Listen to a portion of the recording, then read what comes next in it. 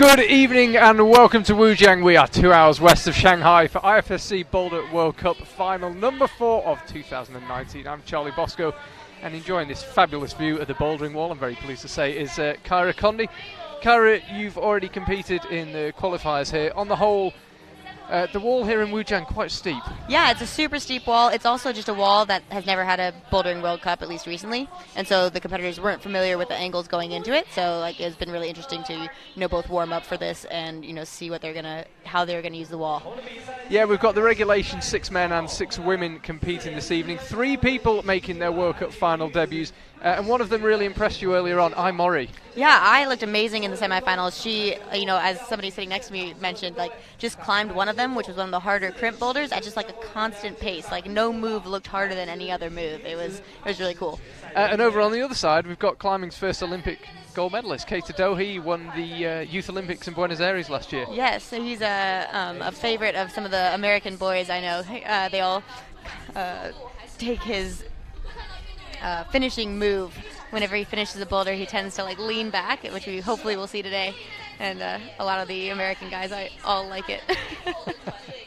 We've got a good crowd here in Wujiang. It's filling up. Last night for the men's qualifiers, it was absolutely packed. There are people queuing to get in, and that area will be significantly fuller very shortly. Conditions currently very good. The temperature is dropping quickly. The sun's actually disappeared. It's behind some clouds right now. There was potentially some bad weather forecast. It hasn't arrived, and it's just nice and cool. There's a breeze blowing. And the conditions not perfect for bouldering, but pretty good. Yeah, I think the competitors will be happy to have the sun not out anymore. It was a little bit hot during today's semifinal round for sure. And I think we'll be able to see some hard moves go down for sure. Yeah, and I think with the afternoon not being too hot, the mats didn't get too hot, the holes didn't get too hot. And yeah, we're optimistic that conditions are pretty good on the wall. Just to let you know who will be appearing in the final, first out in the women's will be Julia Chanordi. This is her first bouldering final. She was 3rd here in Wujiang in 2017 on the lead wall just next to the bouldering wall. Mori, we've already mentioned her. She'll be second out. She'll be followed by the legend Akio Noguchi. Jessie Piltz will be out after her a week on from picking up her first Boulder World Cup medal. And then Miho Nanaka, we're told she's injured, but you wouldn't have known it in the semi-finals. She will be the penultimate climber. And as so often the case, as it has been every time this season, Janja Garmret will be the last climber out. She's won the first 3 World Cups in 2019. And not many people are betting against her making it 4 here in Wujiang. Over on the men's side, Keita Dohe will be the first climber. He'll be followed by Jan Hoyer. Jakob Schubert from neighbouring Austria will be the 3rd climber out. He picked up a silver medal here in Wujiang on the lead wall just 8 months ago in October 2018. And then Kai Harada, the world champion from Innsbruck 2018, will be climbing, followed by Tomoe Narasaki, the world champion from 2016, and Kokoro Fuji, appearing in his 3rd final of the season, will be the last climber out. He is yet to stand on the podium, Kokoro. And there are the boulders, slab over on the left and the slab over on the right, but other than that, it's steep here in Wujiang. Yeah, I would say it's even steeper than it looks, a straight-on angle. The move for men's 4, where it starts, is almost a straight roof. They're going to be pretty much upside down in that move.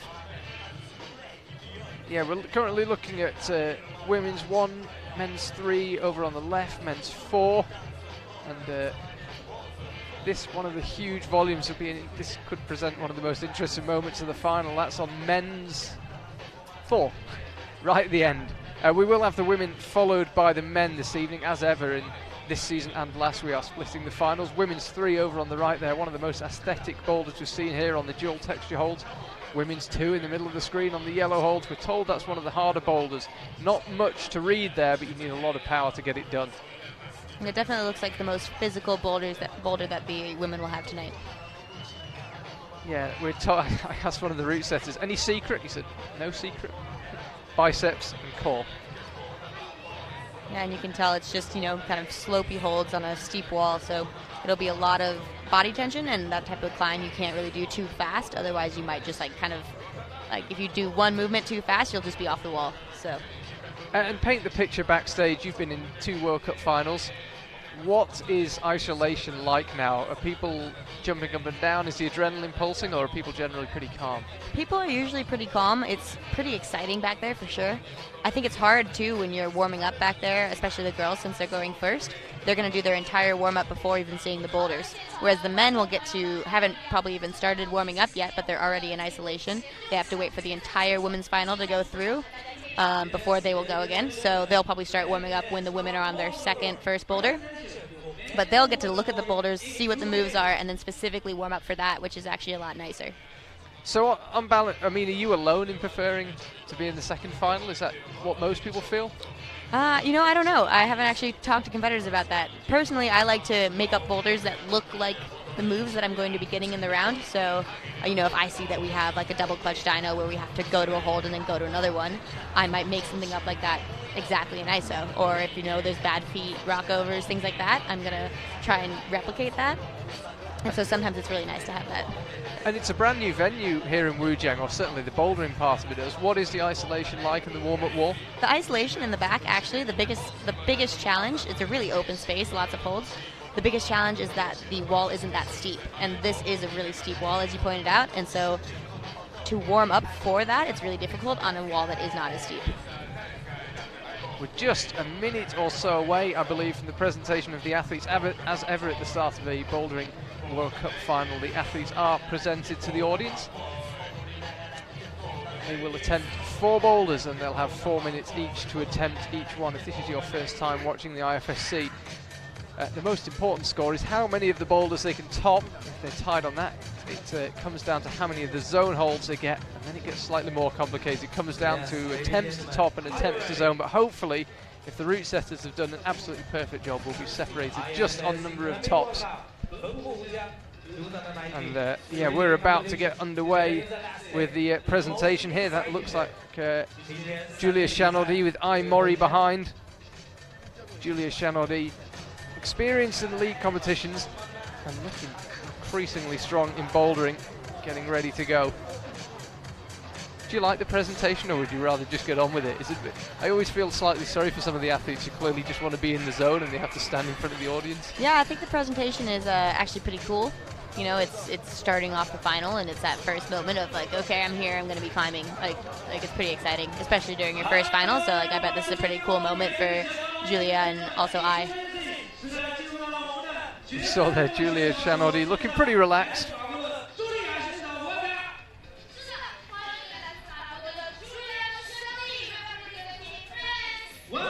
Here she comes onto the stage, big smile plastered across her face, and so there should be.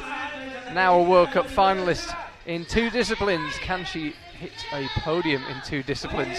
I Mori out next, won the Youth B Bouldering Gold in Innsbruck at the Youth World Championships in 2017. Today was her first semi-final, and now she makes it into her first final.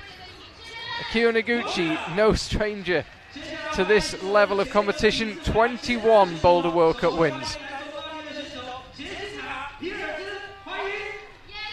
Here comes Jessie Pills, plenty of gold medals in the lead, but she's never had one in the bouldering. She did get a bronze, her first medal in Boulder World Cups last week in Chongqing.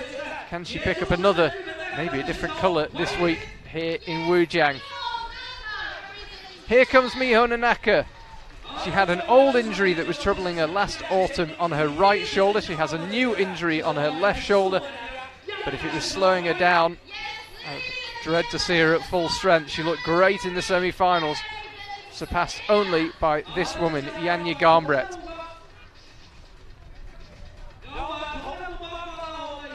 Mio had, I believe, 3 flashes on the first 3 boulders in the semi-final round, so she definitely looks on form. Yeah, well, we were talking in the semi-final round about how during the qualifiers she kept holding her shoulders, she kept rotating it. As soon as she came off the wall, she iced it and got it massaged. Today it didn't seem to be bothering her at all, and Alison Vest, who was with me in the commentary box for the semi-final, suggested maybe she just needed that belief that she could still compete, and mentally had to get over the block of the shoulder, because it certainly didn't seem to trouble her in the semi. Yeah, definitely not. Keita Dohi, we mentioned him earlier. First man to win an Olympic gold in climbing, won in Buenos Aires in the Youth Olympics in 2018, getting the choreography right. Standing next to him in the red shorts, Jan Hoyer, and Jakob Schubert has just joined them both on stage. Here comes Kai Harada, world champion from Innsbruck 2018, and he looked every inch of it in the semi-final.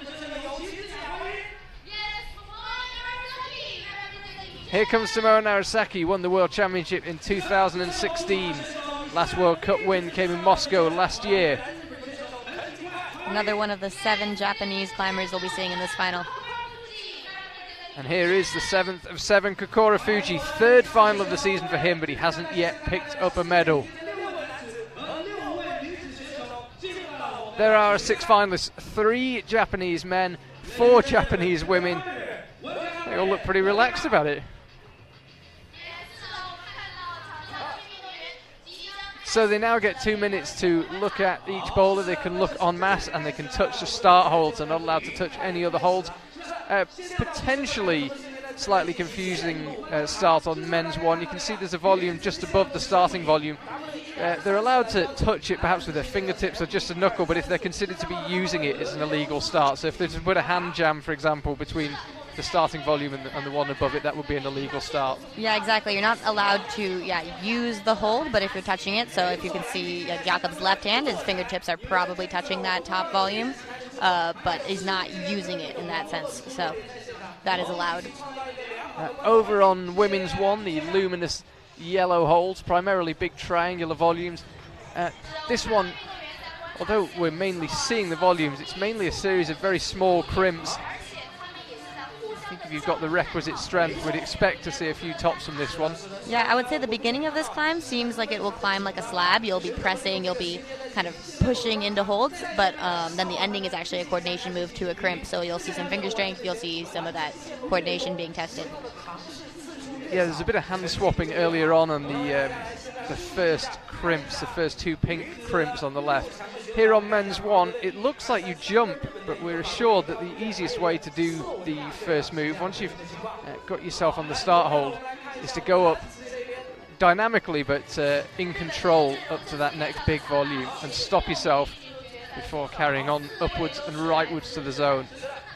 We also heard the easiest way to do this final move is to basically just muscle up on that zone hold, do a full muscle up into a pressing position, and then just bring that hand out to the finish hold. Rather than me. 10 seconds left to observe the first bowlers. You can see Eddie, the IFSC's official photographer, down there on the mats. We might catch a glimpse of him with our man on the mats. So if you see Eddie on the mats, he's getting the pictures that you'll see on the IFSC Facebook page. Over to men's 2 and women's 2. Just to let you know, that black tape is just letting the men know that they can't touch anything to the left, including the starting hold on W2, women's 2. But the route setters will actually take off the first hold of women's 2 after the conclusion of the women's final, just to avoid any confusion. So that yellow hold, you can see on the left of your screen, they'll actually take that down before the men's final. And this men's 2, pretty burly in the upper section. Yeah, we were watching the route setters test it just a little bit more right before we started here, and definitely looks like it'll be a challenging finish to the boulder. And one common theme we've seen quite a lot here in Wujiang, that round orange ball at the top of our shot is dual texture, and the bit you want to use is the bad bit. And it seems to be something the route setters use quite a lot, those huge round balls with the dual texture. Yeah, they've been a common hold here in Wujiang for sure. The part you can see, it has a bunch of shoe rubber on it because they've been heel hooking on that dual texture, and you can tell that's where the texture is not as good. It is not the super slippery dual texture on those circular holds. It's more of it's slippery, but it's kind of almost more like a paint, whereas other ones are more like a varnish, where it's really, really slippery. And so it is holdable, but definitely not as textured as you'd want it. Yeah, it's not absolutely useless. Speaking of which, when we have a look at women's 3, the yellow bits on those dual texture volumes really are completely useless. There's absolutely no friction. But as you say, the round ball on men's 2, the low friction bit, you can get something off it. You know, this women's boulder, it is super straightforward, as we were talking about, just physical, and so it's kind of one of those boulders that the 2 minutes goes by a little bit slowly because you're looking at it. It's like, well, I've seen everything. I don't think I'm seeing it wrong, so I've definitely had that happen before while I'm previewing a route. Kanya Gambret, hands on hip, she's figured that one out, ready to move on. So the men coming over all the way to the left of the slab. Very interesting move towards the top of this one. You see the lower of the circular green hold is the zone hold, And there's actually a tiny foothold hidden in there, somewhere in that blue wall. I can't pick it out from here. Just up to the right. I think you can see Kaita pointing at it right there. They're all looking at it. Yeah, thank you, Kaita, with perfect timing. So you get yourself stood on that, and then you press underneath the zone, and then one of the cruxes is actually going from a press of the zone to holding the top of it. So you actually stay on the same hole, but it's apparently a very, very hard move. It's to go from pressing underneath the zone to grabbing the top of it. Yeah, and this start actually looks quite difficult, even to just get on the boulder. So I wonder if we'll see a few just attempts wasted there in sense to just start. Yeah, it can be started statically or with a couple of steps just to run up and jump on. General consensus amongst the route setters was that actually running is marginally easier than trying to pull yourself on statically, but I think we might see both methods employed. You could see Tomoa there actually just kind of testing out what the screw holes feel like on that volume, which is legal. You are allowed to use screw holes. You cannot use T-nut holes, which are the holes in the actual wall, and sometimes those are also on volumes. That's not allowed. You are allowed to use screw holes. It's a pretty big difference and pretty crucial because people definitely use it. This is one of the most aesthetic boulders we've seen probably this season. These beautiful yellow and black dual texture volumes, and as I said, the black bits are very high friction, the yellow bits absolutely the square root of useless. So you've got to be very precise on this one. I think we're going to see quite a lot of different methods. Could be a really interesting boulder to watch. This is the upper section of it, and be interesting to see how the climbers tackle that one, especially going for the top hold, which isn't great. You won't be able to launch for it. You'll need to get there in control. The top of that wall is a slight slab too. It starts off slightly overhanging and then it kicks back to a slight slab, and so those holds will be slightly less dire than they appear. Slightly less dire. I think there's a compliment in there somewhere for the hold. So on the left now, men's 4, you'll start swinging your feet up onto that grey volume out to the left. We'll resume in just a second. Kai Harada just trying to figure it out. We were told this is likely the hardest boulder for the men.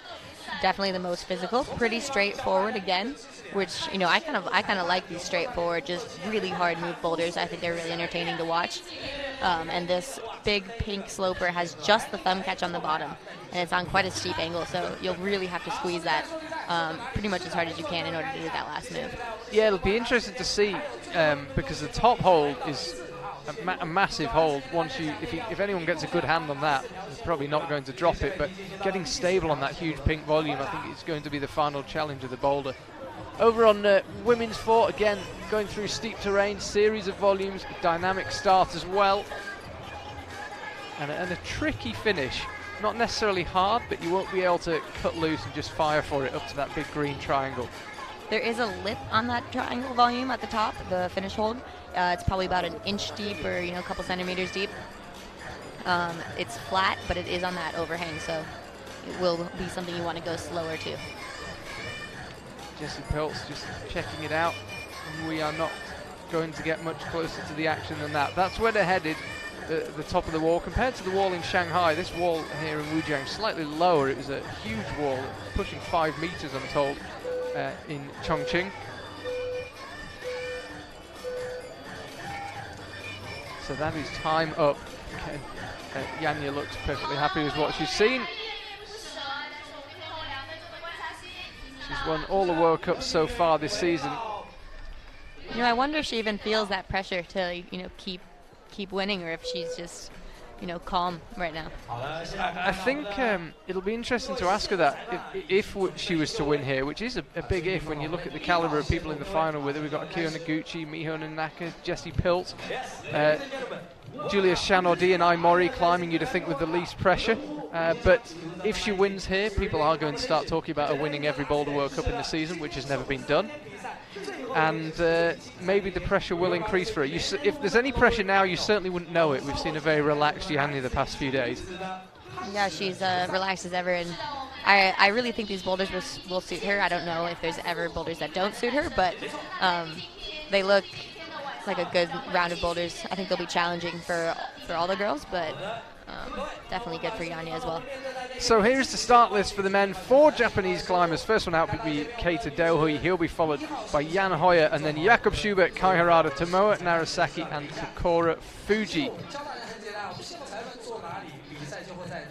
Keita Dohi, the only climber amongst them not to have won an IFSC Boulder World Cup or World Championship, but he has won the Youth Olympic Games, so it's a heavyweight final over on the men's side. It's great to see both Jakob and Jan back in the finals. Yeah, they're good friends. I would imagine sharing a bit of information and comparing notes backstage. As you said, the men have got much longer to get ready.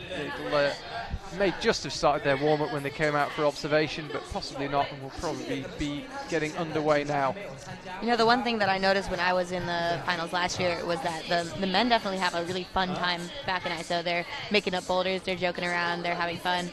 And the girls are definitely a lot more focused on what they're doing, and you know, it's more business, you know, like getting it done.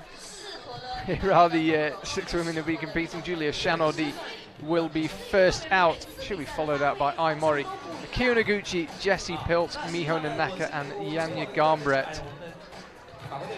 That's a really interesting final.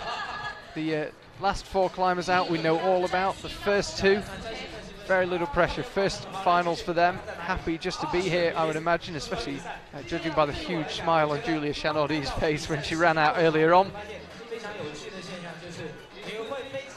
It'll be interesting to see how that makes the competition pan out. Especially given the style of these boulders in the finals, they seem actually a fair amount different than the ones in both qualifiers and semifinals to me. So, you know, people who excelled in one area might not, or might excel more in a different area. So, what was your take on the semi-final? I mean, pretty hard round. Yeah, the semifinal looked very, you know, I didn't climb on them, so I can't say for sure, but it looked a little bit more kind of straightforward, powerful, but not powerful in the classic way of bouldering. It's kind of more like finger strength. And like there wasn't a whole lot of like jump moves, like classic bouldering moves that you tend to see in bouldering comps. So I think that's why we saw some of the climbers who are, you know, classically amazing sport climbers do really well in this round. There was a lot of heel hooks, there was a lot of crimps, and a lot of just like kind of pulling between hard positions.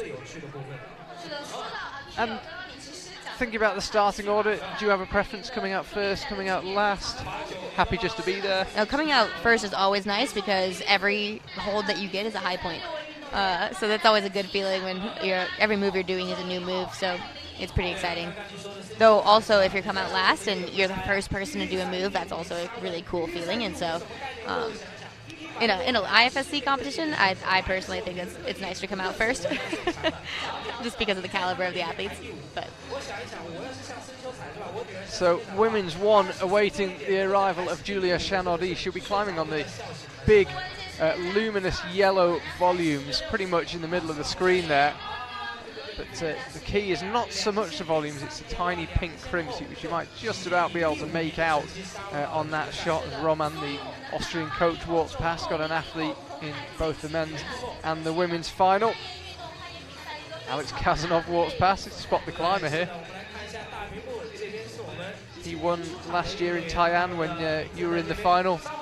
Yeah, that was super exciting to hear just from behind the stage. I think we went second in that final, and so you know, we could just tell what was going on. It was pretty crazy.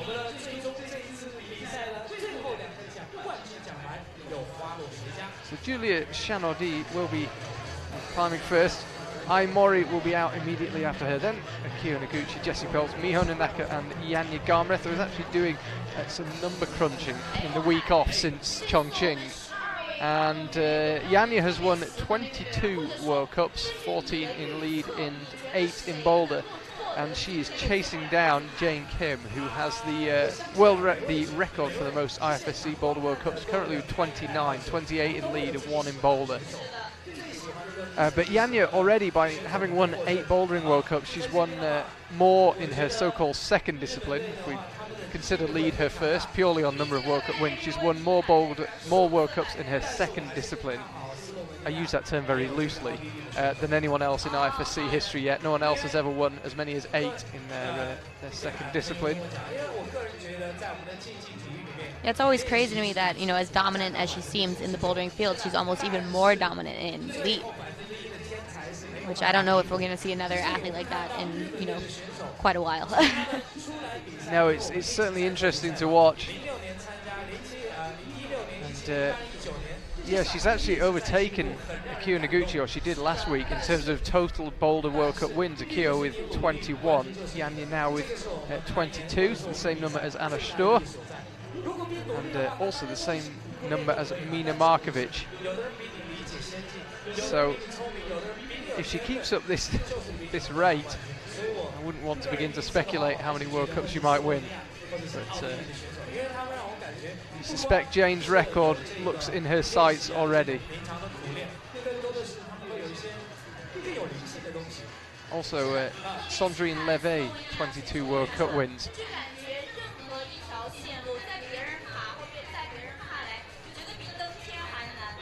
We should be starting any minute now. Yeah, we're just awaiting the climbers. Normally we don't have this much of a delay. I think they came out slightly early for presentation observation. Yeah, I think we're supposed to start in 2 minutes. I think it's tough for the climbers when they're made to wait like this. It is pretty tough. Usually they have you sitting in the chair ready as well before, quite a while in advance. And so I think the longer you're sitting in the chair, supposed to be going out there to climb, it's a little bit harder. I prefer to, kind of sit down and then go right away. Sometimes they bring you out, 10, 15 minutes before then. It must be so hard for your mind not to wander while you're sitting in the chair. Yeah, I definitely tend to try to think about doing the boulder, I imagine sitting there and then climbing it, starting it, going through all the motions. But then of course, sometimes your mind starts going low, I slipped on the first move, So it is hard to make it not wander for sure. Is visualization something you think most people employ? I think a little bit, not to maybe, levels that you see in the Adamandra films, but I think pretty much everyone, tries to sit there and imagine success. I think that's a good way of then, finding success. It's Julia Chanaudy who we're currently waiting for. There she is. Finally will be allowed to climb. In your first bouldering World Cup final, you must be absolutely itching to be unleashed on the boulder. And in a moment's time, she will be. Here in Wujiang, barely 20 meters from where she's currently standing. She picked up a bronze medal in 2017 in the lead. What can she do in her first boulder final? Ever since we saw her for the first time in the canyon, she's been grinning from ear to ear. Looked really strong in the semi-finals, climbed relatively early in the semi-final, set a very good score that was enough to hang on to 6th place and with it take a place in the final. So she's underway on Women's 1. We are underway here in Wujiang. You can see the speed wall behind and the lead wall, which I mentioned to the left of that. This evening though, all about the bouldering. We've got a beautiful evening, temperature dropping, slight breeze, very, very good conditions for climbing. Easily making it through that first press section. That's the part that I was talking about. Climbs a little bit more like a slab, and now here you have that first coordination move. So you can see there is a tiny little orange screw on just inside that arrowhead shaped volume. I think she just missed it, perhaps slightly above. Really close go though. We were told that you can get that toe hook that she tried to get there, and then maybe you can use that to pull yourself towards that hold. Interesting as well, on the second crimp, which is just out of shot, that one there that's just appeared, we thought there might be some hand swapping going on. She really seemed to struggle to go straight up with the hand she wanted. Yeah, I think that's one of those situations where the female climbers are a little bit more flexible than the route setters, and so they had to do a right hand bump to that second crimp and then get the foot up and then match the hold, whereas she just went right hand up, foot up, left hand into the undercling. So, because she was flexible enough to get that hand foot match, she was able to avoid that hand switch. Here she goes again. Yeah, it's one of the problems facing the route setters when setting, particularly for the female climbers. It's very hard for them to replicate the levels of flexibility of someone like Akio Noguchi. So what might seem to the route setters to be all but impossible could be a breeze for some of these climbers. Still has 2 minutes, 15 seconds left. And here you see her winding up for this move again. This time she found the heel hook instead, which could help and could hurt. I think the heel hook puts you a little bit too spanned out between those holds, and you just weren't able to generate that, that distance to the right. Just under 2 minutes remaining for Julia Chanaudy. She's absolutely cruising the lower moves. You can see her looking and trying to figure out maybe what she can do differently in that move. I think her method on the first try, where she kind of kicked her right foot over, that's the best option because it does move your entire body to the right, which will make holding that next hold the easiest. Just trying to study those yellow volumes, as you say, just wondering if there's anything she can do differently, but let's see which method she uses here. As I say, those crimps right at the top of the screen, the route setters were saying, oh, you've got to swap hands, but no problem at all for Julia to go straight to it with the left. That's the move where I think maybe some flexibility, it definitely helps, and how they were able to avoid that hand switch that the route setters were talking about. Here she goes. It looks again like she's slightly above. And she just missed the hold a little bit. But you saw that she went back to her original method from the first time, where she kind of kicked that right foot.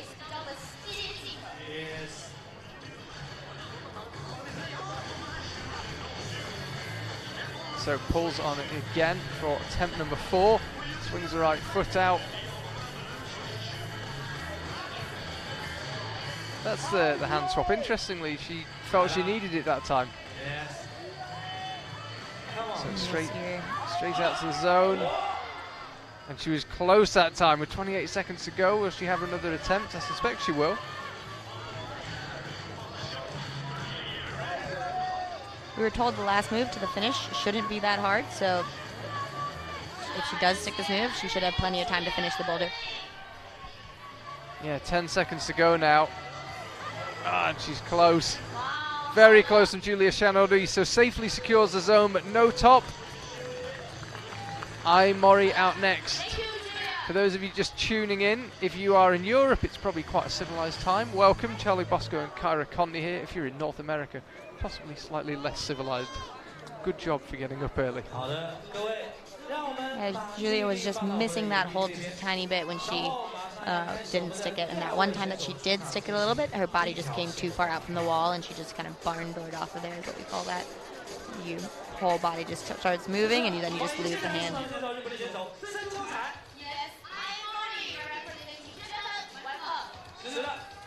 So Mori's 4 minutes begins. I can't say I know much about her style of climbing, but if how other Japanese climbers tend to be good at these types of coordination moves, they definitely have the training down for this type of style. So I could see this boulder suiting her. She looked very strong on the crimpy boulders earlier on in the semi-final as well. You can see that span looks a lot further for Mori. She is a particularly short climber, but manages to go across almost statically, just stabbed the right foot out, went for the catch with the right hand. Different method again. That's an interesting method, definitely not anticipated by the outsiders. I wonder if it'd be possible to even just do that whole thing statically, where you maybe you cross under or something. The crimp looked, I think, a little too bad to do that, but she definitely proved her finger strength during the semifinals. So.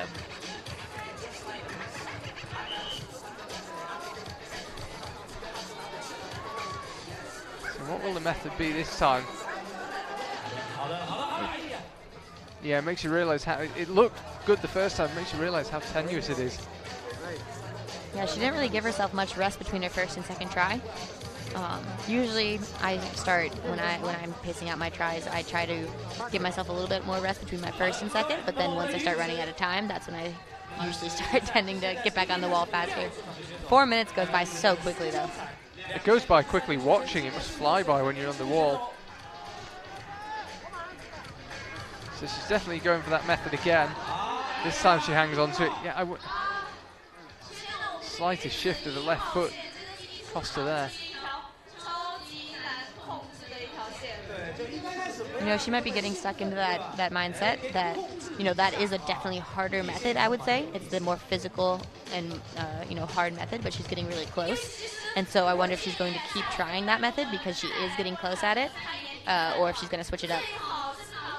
Sometimes there's a much easier method that you're not noticing. But because you got so close doing it the hard way, that you get sucked in. She's definitely trying to do that more static method. Now she gets the bump up to the arrowhead volume. Mori, are we about to see the first top here in Wujiang 2019? Left hand lands, so does the right. It might not have been the easiest method, but it's worked well for Ai Mori. She's got a top. She's underway. Definitely a really cool method. Now, what will Akio Noguchi come up with on this boulder? She's known for her flexibility. She's got a big span. Let's have a look at this from Ai. So, that was one of the earlier attempts. A bit like Julia, seemed to be just above the key point of the hold. Usually when there's a blind hold like that, so that little screw-on crimp that's on that volume, you can't see it from the position she's in on the wall here. So usually what I do, and I don't know if other competitors do this, but I pick out points on the hold where I'm like, oh, there's a little scuff right there. That's where the top of the hold is, you know, and I use that to try and remember where the hold is so I can grab it on my first try, if possible. Here's Akio Noguchi, 21-time World Cup winner, 4-time overall season champion. Using every bit of that experience to quietly and calmly check out women's one before doing anything too rash. I think you could just see her, you know, scoping where that screw-on crimp is right there. Picking up a scuff? Maybe. Sometimes there's a screw hole, something that, you know, can just tell you right where it is.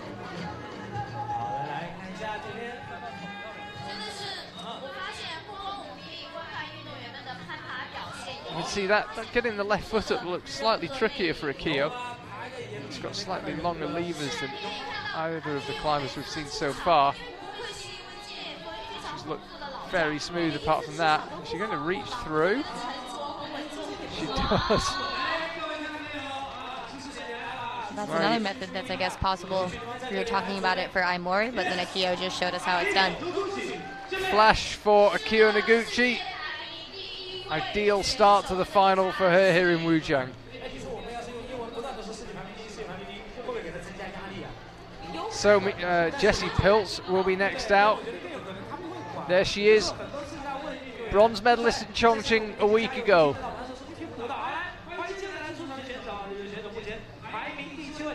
Game face would appear to be firmly on.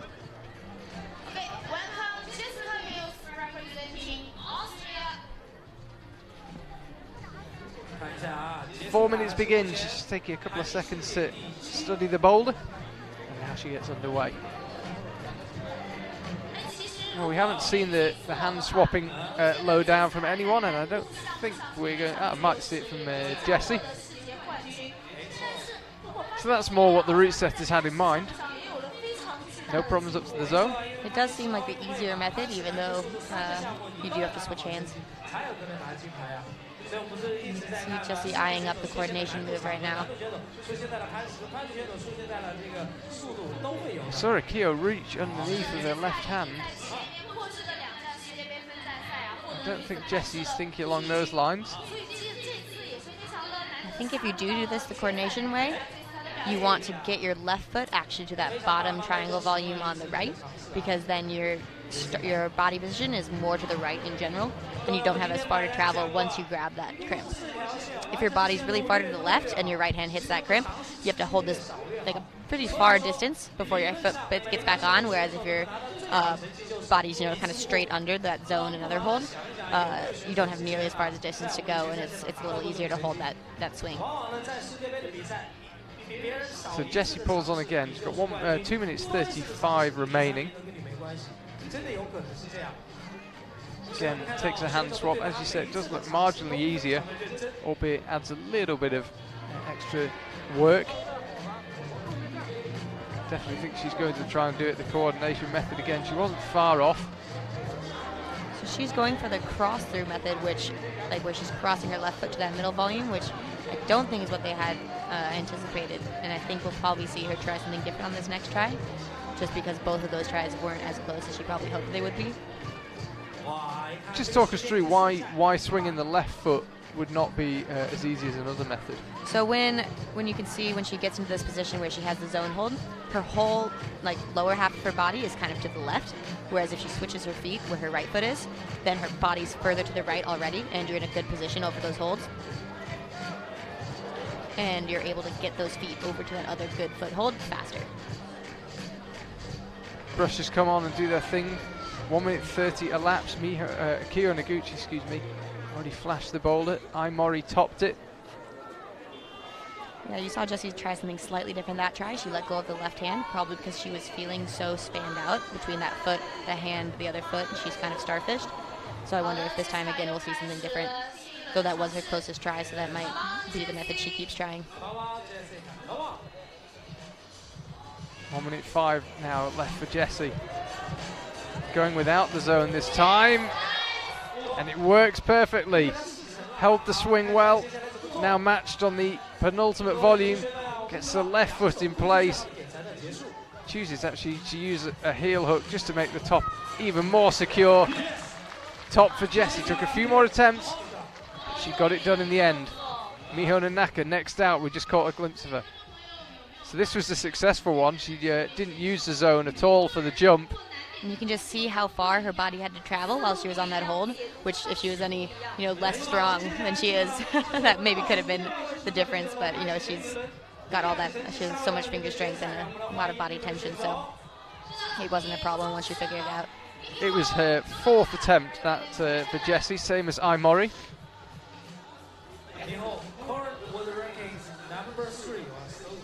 Here's Miho.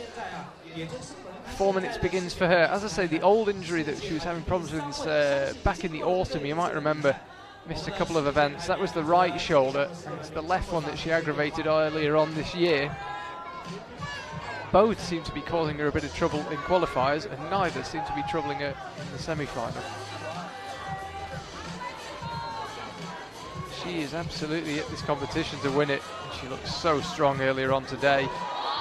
Oh, and holds the swing really, really well. I don't think even hit the perfect spot on that crimp, but still hung on to it a little bit. Yeah. So flash for Akio, and if she can match the top hold, it'll be a flash for Miho. Oh no! Couldn't hold on to the top. You could see she didn't look that comfortable. Yeah, that looked almost like. I think if she had been in the other comps this year, she would have maybe taken that finish just a little slower, found that heel hook, found a different foot, something. But, maybe that was just being fresh back onto the circuit this year. Yeah, a little bit of rustiness, perhaps. Forgot to take that one move slow.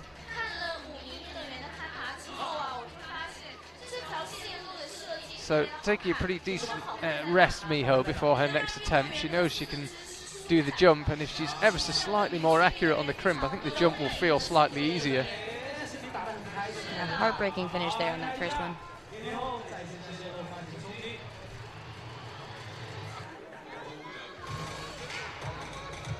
.215 she pulled back on. Well, a bit like Jessie, just ignoring the zone, going straight for it, a little more accurate on the crimp, looked ever so slightly more controlled in the jump this time. And you would imagine she'll get this done. Goes with the left hand, chalks up, thinks about it, goes again. We saw Jessie get the heel hook, and Miho, it's not quite the same heel hook, but equally effective, finds the top on her second attempt. You can see maybe she's slightly frustrated, perhaps, like you said, a bit of ring rustiness. Yeah, probably some excitement, being in the first final back for her for the year, and then getting to the top of the first boulder and on a flash attempt, kind of hard to slow down and remember to take that finish slow. Here you can see the heartbreaking finish again. That left hand just slips off. Now this was her successful attempt. Yeah, this was it. She got the left foot tucked in. Nice work from her. So Janja Garnbret needs to flash the boulder if she wants to stay in the, or get herself into the lead, going on to boulder 2. 4 minutes begins for her. Akio Noguchi got it done first go. Miho Nanaka got it done second go. Fourth go for Jessie Peltz and Aimori.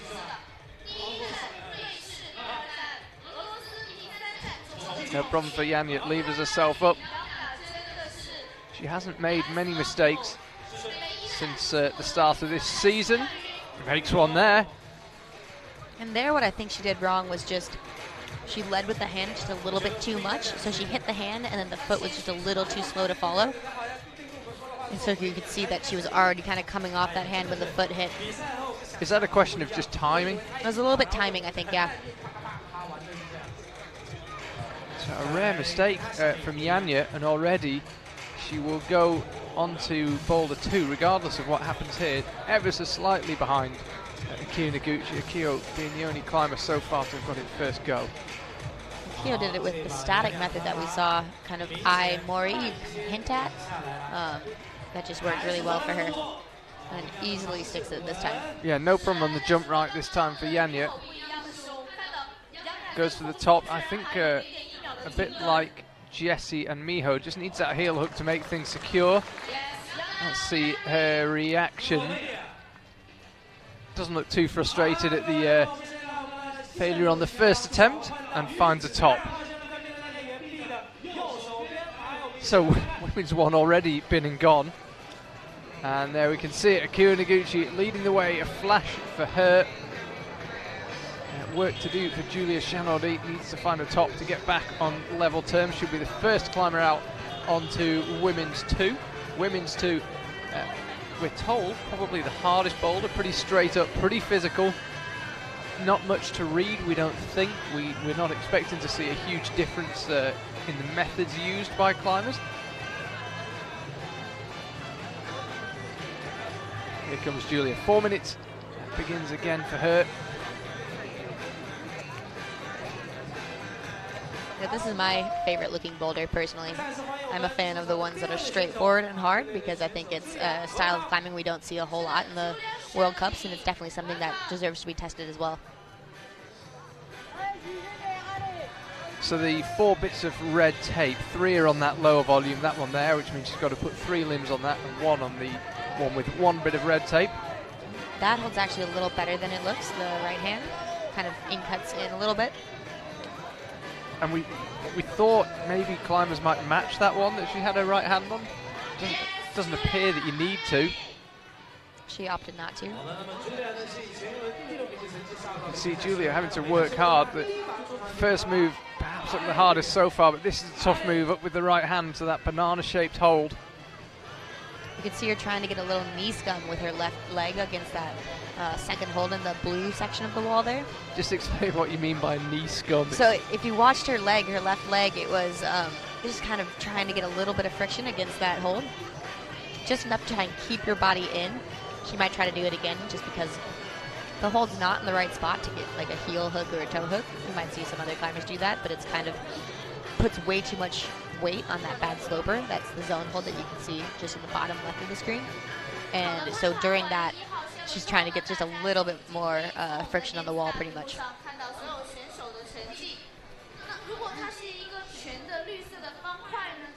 2.5 minutes left for Julia. The first move looked particularly physical, and she had a couple of, I don't want to say easier moves, but she looked slightly more controlled, more solid. There's another tough move up to that banana hole. She's taking a long rest here, which I think is a good decision. You can chuck yourself at a boulder a few too many times, and suddenly you might have 2 minutes left, but you've got no energy remaining. Yeah, that's one of the most challenging parts about the 4-minute time limit, is you really only on a hard boulder like this get 2, maybe 3 good attempts. Especially if you get up to that zone hold on your first try, you're halfway up the hard boulder, you know. And it's diminishing returns as well, I guess. Exactly. In order to have 2 or 3 really good attempts, it's better in 5 minutes than in 4. She chooses to match the first handhold that you go to from the start this time, so it's a slightly different method, perhaps slightly less powerful. She certainly looked more solid. So this is a move where she fell last time. You're going up with the right hand. Looked as if she was trying to press against the lower side of the hold rather than grab the top of it. Yeah, she had a toe hook, a left toe hook on that first hold that she goes to. Looked like it maybe just shorted her a little bit trying to go to that next hold. Couldn't quite get the distance. And as we've already discussed, it's not so much time, it's energy within the time that seems to be the key here. You can't just keep jumping on boulders this hard and expect each go to be as good. So, like you said, 2, possibly 3 attempts. She is going to have a 3rd attempt, but it's you would have burned a lot of energy already by this stage. Yeah, I always think it's pretty brutal when you fall off with like a minute left. Especially on a hard overhanging boulder like this, it's just not quite enough time to both rest and get another solid attempt in. That's exactly what Alison Vest said in the semi-finals. A minute is a horrible time to fall off. And you know what? That's funny. We were sitting next to each other during men's qualifiers and talking about that. So Julia ends up having a third go, safely secured the zone, but no top. So both zones on the 2 boulders she's attempted so far. Mori will be out next. Youth B bouldering champion from Innsbruck 2017. Let's have a look at Julia. This was from mat level. That was that knee scum I was talking about. If you just saw her left knee, she was just trying to get a little bit of friction on that left handhold. And she did a different method on her second try. That looked like, yeah, the first replay we saw, I'm pretty sure was her first go, and that was the second go. She tried to kind of press against the banana. It didn't look too promising, but we will see what methods other climbers try. Here's Mori. It took her 4 attempts to get boulder 1 done.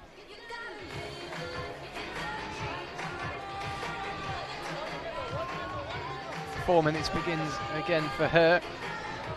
She was the joint youngest climber in either the men's or women's semi-final earlier on today. Yeah, just 15 years old, I think, right? Makes you sick.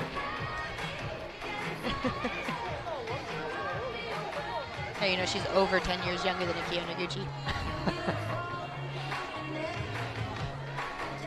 Quite extraordinary to have that level of power at 15 and to be performing like Akio Noguchi in the year she'll turn 30. Mori now, slightly different method, going for a kind of hand swap on the hold before the zone. She is trying for that really high heel hook that I kind of mentioned might be a possibility. Definitely a method that I think will have more reward for smaller climbers. Yeah. Even she, being the smallest climber in the final, only just squeezed in there. Yeah, getting your body weight that high up on a sloper too has its disadvantages. Usually it's a little easier when you keep your weight below the sloper. You want to hang down on it as much as possible. So sometimes when you get that high, like perched on that heel hook, it kind of just pulls you off. So she got to the zone first go, as did Julia. 2.5 minutes remaining. I think, as you rightly said, we're not going to see a lot of attempts on this boulder. I think most people will have time for 3, but they have the energy for 3. You can't help thinking if you don't get this one done first or second go, it'd be pretty hard to do it third go. This is Mori's second go.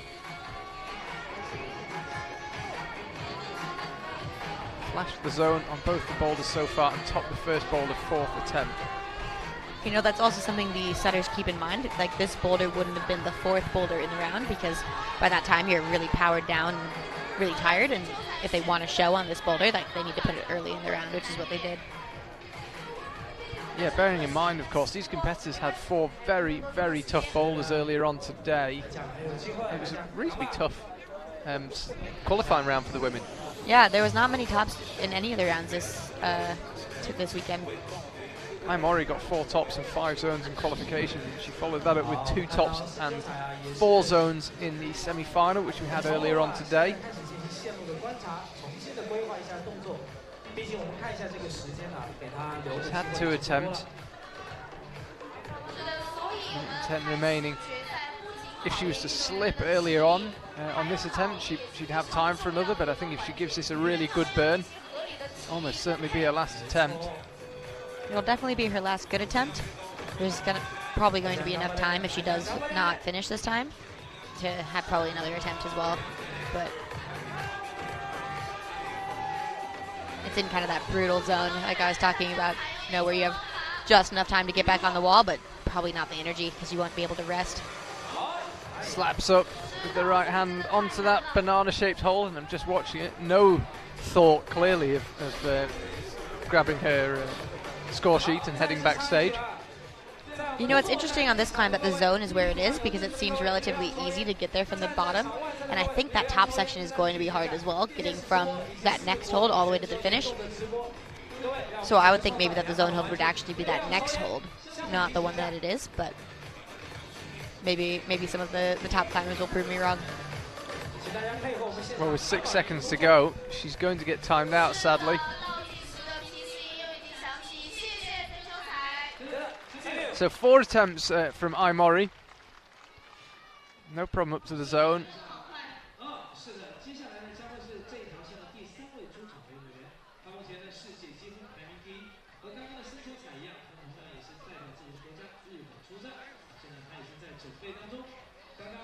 That's what she's going for, is that banana hold. It's pretty hopeless. You need to hit it in absolutely the right place. Yeah, I don't think we've seen anybody really get the distance to hit it with like a bent arm. On a hold that's that bad, you really want to get it not at like, you know, full extension, because that's going to be really hard to hold at that distance. Whereas if your arm's bent and you're engaged on it, you're able to really bring your whole body into play and have a better chance at holding it. So you'd expect to see quite a different method from Akio Noguchi. Completely different build to Aimori, much taller. She is one of the taller competitors, especially in this final. You could see from her static method on number 1, but I think this boulder could suit her. She is, you know, one of the strongest and a little taller, so maybe she'll be able to easily get that distance. So that hold after the zone. So will she match or go straight through? She's already looked up and left. I think she's planning on going straight through. Puts her heel hook to good use.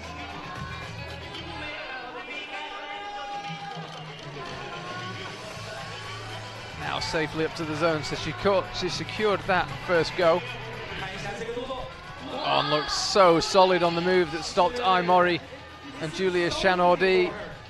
This is still only her first go, Akio Noguchi. This is a tough move up to this rounded hole, the volcano-shaped hole, but there's just that tiny screw-on inside it. She's currently crimping, and she falls for the first time in this final, just trying a hand swap on that banana-shaped hole, but she absolutely cruised up to there. She did. I think we'll definitely see another good attempt at the top from her. The left hand, she wasn't pinching that hold, which makes it really difficult, I think, to then move off of it because you don't have that, you know, extra pull on that hold. And so I think right as soon as she lost that left hand, that's when she lost all the body tension. Very calmly waiting to get some life back in her arms, sits down on the mat. It was interesting with Aimori when she pulled on for her 4th attempt, and it struck me that it's very, very commendable to want to try again, but realistically she just didn't have time. And I think one of the differences you see between, say, someone like Aimori and Akio Noguchi is I don't think Akio Noguchi would do something like that. You can see there, she's so calculating. The cameras are watching her, the crowd are watching her, but she's still happy just to sit down. She doesn't let anything get in her head. She knows she wants a long rest. Very calculating. Yeah, that's definitely something that comes with a lot of experience. You know, she's really used to being under this pressure of being in the final, and knows exactly like what she needs to do in order to win because she's done it so many times. Just feet cut loose there, but she managed to save it. She didn't actually go straight for the top of the banana-shaped hole this time. She went for the bottom and then bumped the right hand up. Let's see again, she's trying to get enough friction on that left hand, and now yeah, look, touch and go, landing on that crimp. And now she just got her thumb on that left hand hold, you can see, so she was able to really pull in with it like I was talking about. Beeper sounds, 1 minute to go. Akio Noguchi lining it up. Attempt number 2 on Boulder 2. You know, that right hand must just be really bad because Akio being so strong, she's able to usually just pull through a move like that, and you can see she didn't even really get any pull through to the finish hold. And we talk about a bad time to fall on an attempt. She came down with about 45 to go. 35 now. Is she... I assume she will have another go. No. Sides against it. So 2 attempts for Akio Noguchi, and she got to... She got to the penultimate hold, never really had a good go at the last move. This was her going for the crimp. She actually was just above it and then dropped onto it. This was her first attempt. Where she went for the flip of the left hand. Yeah, you're absolutely right. Not pinching it seemed crucial. This was the second one. And you can see her thumb under on that time, trying to pinch. Just unable to get the distance to that final hold. It's a pretty big move, but that last hold definitely is good, but you have to hit it way in the back. Well, we see climbers coming out with all sorts of stuff. Jessie Pilz carrying nothing, chalk bag strapped on, ready to go. Saw Adam Ondra earlier on today. He's got a portable fan, a Makita fan he carries around with him. Cool his fingers down in isolation. That's a really great idea, honestly, during especially these hot rounds, here and last weekend. Amazing power from Jessie Pilz to hang on there. Ended up in such an uncomfortable position. Yeah, maybe not the best way of doing that move, but it was definitely looked cool. It looked great, yeah, but safely up to the zone. So all 4 climbers so far have gone up to the zone on their first attempt. This move now is the one that stopped Aymori and Julia Chanodi. Yeah, so what I was talking about before, it's always interesting to me how route setters decide where to put zone versus, where not to put it. And so for this one, like, if I was a setter, I probably would have put it on the next hold, since this move is so hard, and then that move to the finish is so hard. So then you get kind of the separation of getting this hold, and then you get the separation of getting the top. Yeah, route setters have got literally thousands of micro calculations to make, but I agree, perhaps the zone should have been on the next one. This was actually somehow hung on. Yeah, I wonder if that just tired her out just enough for this move. You can see her using that same knee scum that Julia tried to use. You can see the speed wall there in the background. We had a superb speed final on Friday evening. I will give nothing away. The replay is on YouTube, as are the highlights. It was a really exciting final. I was trying to guess what was going to happen, and I just was wrong every time. Well, as I say, if I haven't seen it, I don't want to give the results away, but the men's winner beat his personal best in all of his last 3 races. Oh, wow. Jessie Pilz now, 2 minutes to go. Could do with being a little more in control in this move, but again, it looks like she's burned a lot of energy on that one, but she's still on, she's still going.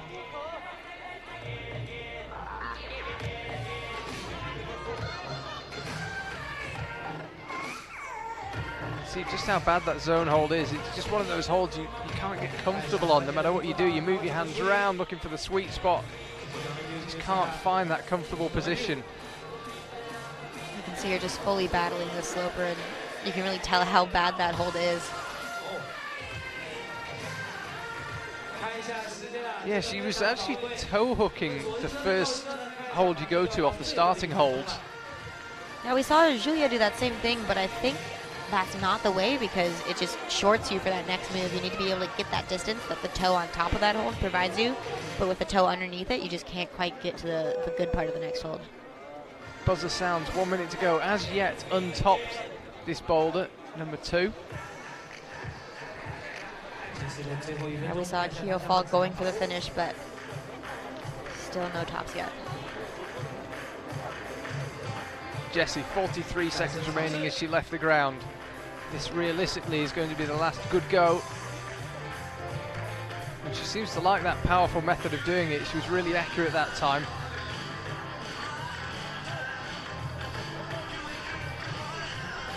Safely up to the zone again. So this move that she's heading into now, clearly one of the cruxes. She got a good hand on that banana hold, but couldn't hang on to it. And heads backstage. So she got a top 4th go on the first boulder. This time she gets the zone hold first go, but no top. Nobody's topped this one yet. Miho Nanaka still to come. Well, if she is being troubled by either of her shoulders, I suspect we'll find out about it now. Yeah, I wonder if we'll see her use, the heel hook method for the beginning of this boulder. That's a little bit less shouldery, less powerful than the way that Jessie was just doing this move. I have to say, from the competition point of view, it's great to see Miho back. Absolutely. Yanya's had things all her own way. She's been pushed in the first few competitions, but it's great to have another super strong climber back. Miho, of course, the reigning Boulder World Cup champion from 2018.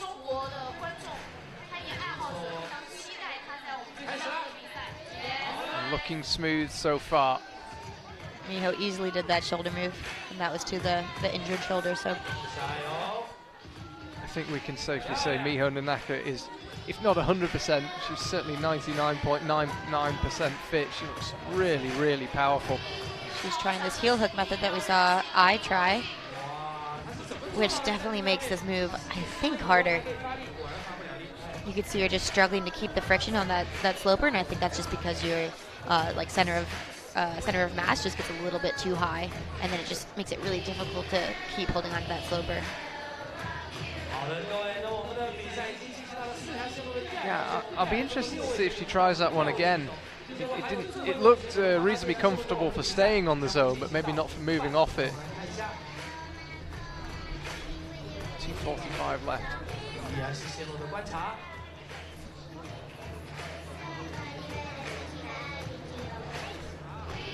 Interesting rendition of We Will Rock You is playing in the venue right now. Yeah, I have to say the DJ's been one of the best ones we've had on the IFSC. We've had lots of AC/DC, Creedence Clearwater, but this is one of his first own goals. Like Akio, choosing to take a very long break. Miho got stuck straight in.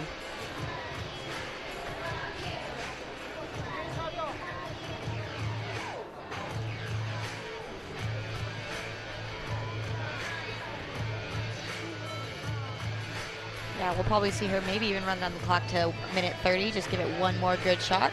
She knows nobody's top of the boulder, and she got zone on her first try, so she's probably not too worried at this point. Definitely wants that top just to put herself in a good position, but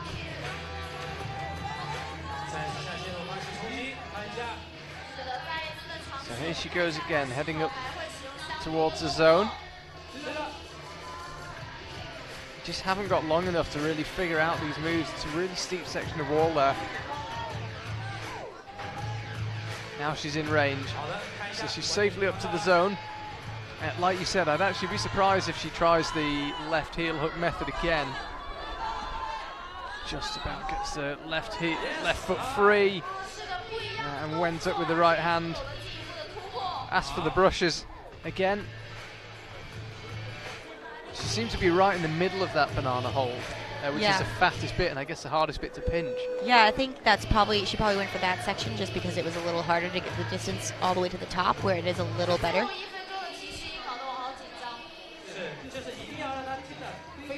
Again, that was just the wrong amount of time to fall with, but she's probably going to give it one more attempt, maybe see her getting on the wall here in like 5 seconds.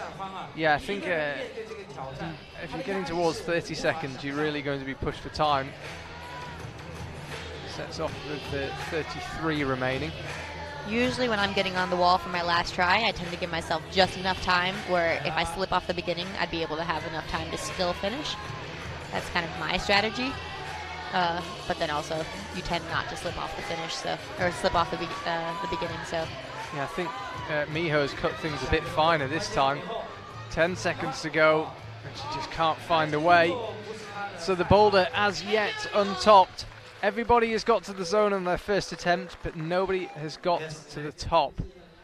Akio Noguchi's definitely been the closest so far. Which attempt was this for Miho? Looks like maybe her first attempt. So this was the second attempt at the banana move, and she got just below. Oh no, sorry, that was the last move, the last attempt. So what can Yanya Garnbrett do? You know, I would not be surprised to see a flash from Yanya on this boulder. It's just straightforward, and hard, you know, so that suits her style really well. Hard is Yanya's style.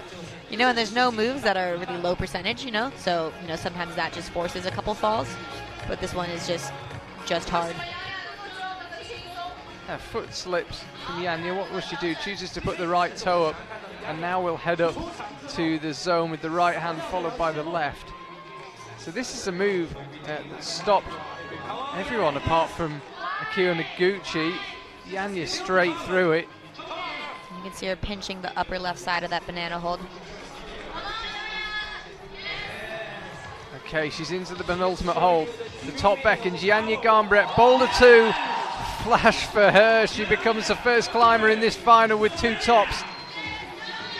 She couldn't get the first boulder done on her first attempt, and she was slightly behind Akira Noguchi coming into boulder 2, but she is taking care of that. She has 2 tops, and she is in the very familiar position of being out in the lead.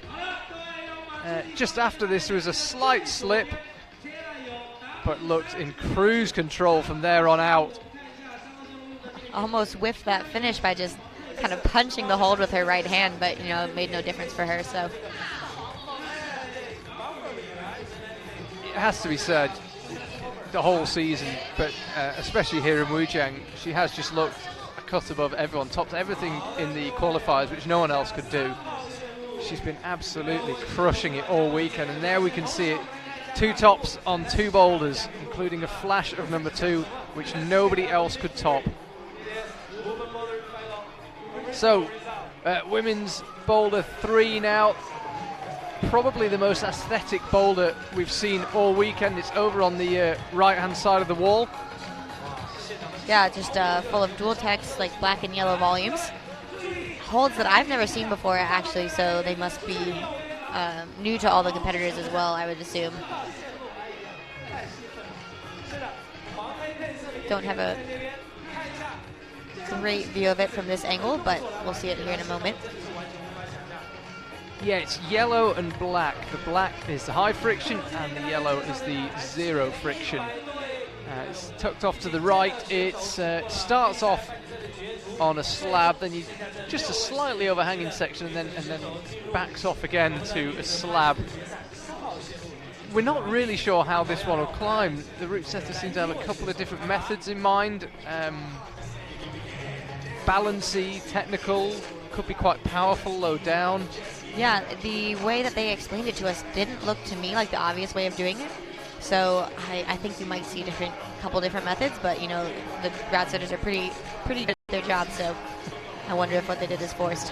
Yeah, done a fabulous job so far here in Wujiang. Julia Chanaudy right at the far end of the stage.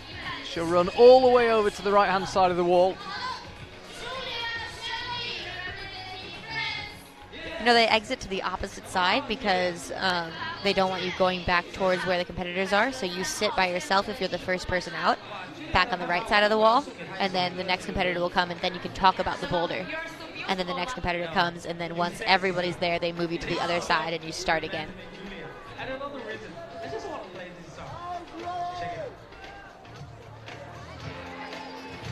There is a little foot jib on that volume that you can't see right in the middle of that. Yeah, pretty much right behind, where her knee is. Yeah, right there. exactly.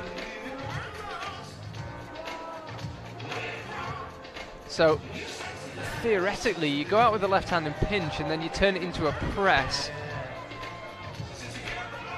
Julia choosing to roll over with the right hand. You can see she was just shaking with the effort there. And ideally, the hold that she's holding with her left hand, you grab with both hands, you match on that one. We believe that's the method. Root test, as you can see there, in the volume that's right in front of her left shoulder, the one she's been holding, they've actually filled in the screw holes on it, just so the climbers can't use them. So I think that was the right method that we just saw Julia trying. Yeah, Yan Zhenu, who is one of our route setters here, was saying the way he liked to do it was to match the hold she had with her left hand and then swing the feet. So she still had a hand out right. Let's see. She was able to get in a reasonably comfortable position, it seemed. She just wasn't able to move from it. Yeah, now that she has this beginning a little bit more figured out, we might see her move through that a little bit more quickly on her second try, and then have a little bit more energy for that next section.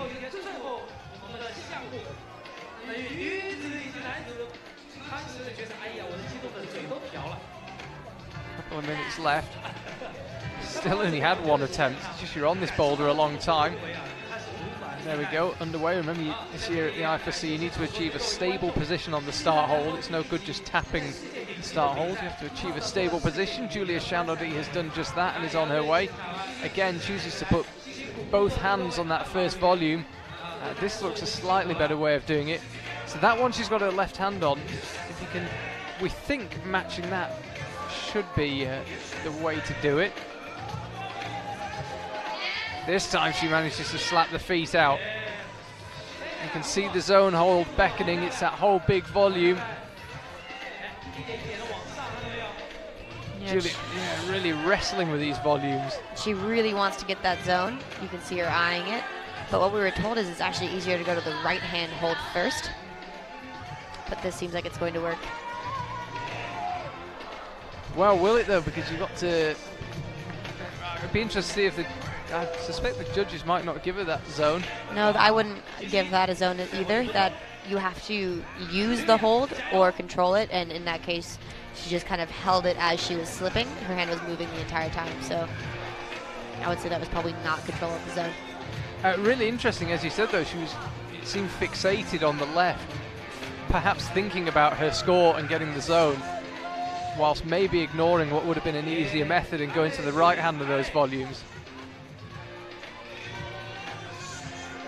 Sometimes it's really easy to get tunnel vision while you're on the wall. You know, it's like, okay, I just need zone or I just need the top. And that's like, I think kind of what we saw from Miho on the first boulder. She had like one hand on the finish hold and then just rushed it a little bit because it's like, oh, I'm on the top. And then you just slide off. And I don't think we're going to be able to see her get the zone on this. There's just not enough time. No, if you think how long she was on the wall, particularly on that first attempt. So no zone for Julia Chanaudy. Looks slightly frustrated as she heads off. So this was the attempt where she went for the zone. Yeah, she was never really on it.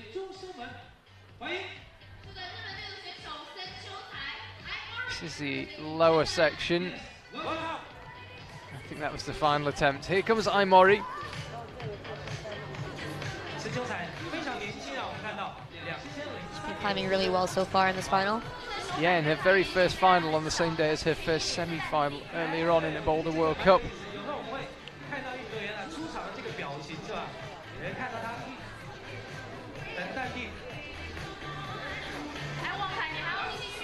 Will we see a different method from her being shorter?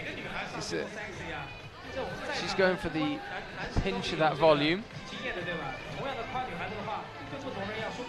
Chooses to stab the foot out earlier on. And there was nothing on that one. The route setters haven't added anything to it. Now trying to grab the underneath of it.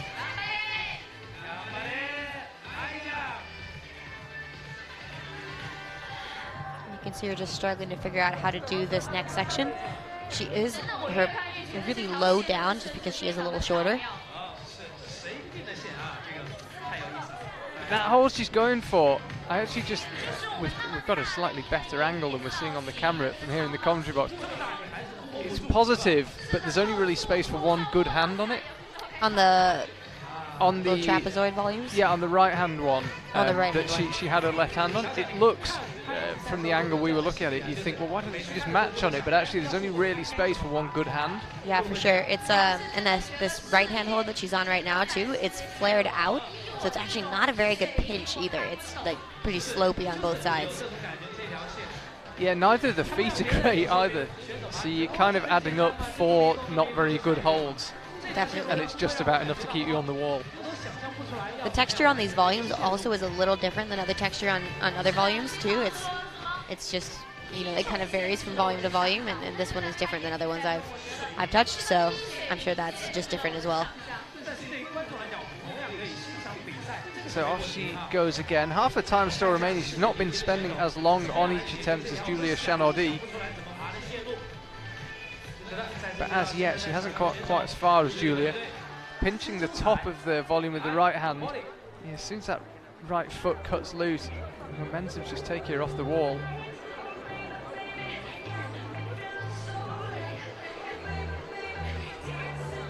Now we've seen her get really close 2 times with that method, so I'm guessing she's going to keep trying that. I think that is the way that will be the easiest for her to do that move.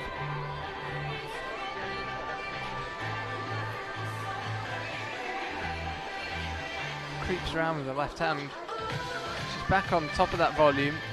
As I say, ideally she'd match it, but you're going to compromise the quality of the original left hand. Manages to hold the swing this time, but then the feet cut loose. somehow manages to stay on the wall. Yeah, she just had a slightly different grip on the right-hand volume that time. She went for the full wrap instead of the pinch. Suddenly this looks very promising, Aimori. Still has 53 seconds left, so that's looking good for her.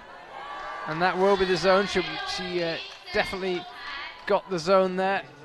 Yeah, managed to go up just a little slower than Julia Chardonnay did, so. Now, there is this thing, launching for the top is not that good an idea, but nobody told Aimori. Judge raises his arm to signify she's topped the boulder, and she gets it done. That's really good persistence because she wasn't making a lot of progress, and as soon as she managed to get herself around that volume, she was away. Yeah, definitely. She took advantage of making that move and, got that top. So, really excellent climbing from her. That was her 4th attempt, she got that. Here comes Akio. Couldn't find a way on number 2 after a perfect start, flashing number 1.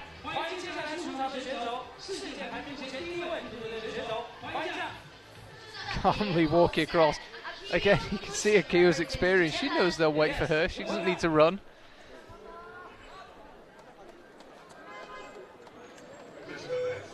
Four minutes begins for her. In no rush to get on with anything, Akio. The climbers, if you are just tuning in, Charlie Bosco and Kyra Condi here, and the climbers have had their observation period already, 2 minutes per boulder, so they've had a good look at this. But Akio choosing to use, by the time she sets off, it'll be over 30 seconds just studying the boulder again. Now, I'm a kind of impatient type, so much advantage of all the time that I have and get right on the wall. So I'm always impressed with the people who have the self-control to keep looking at the boulder and take that much time to really give a quality first attempt.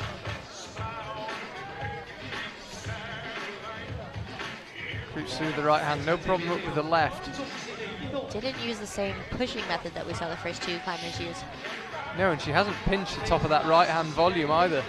But it was no problem for her. We're seeing her make quick progress at that beginning, which was giving I and Julia such trouble.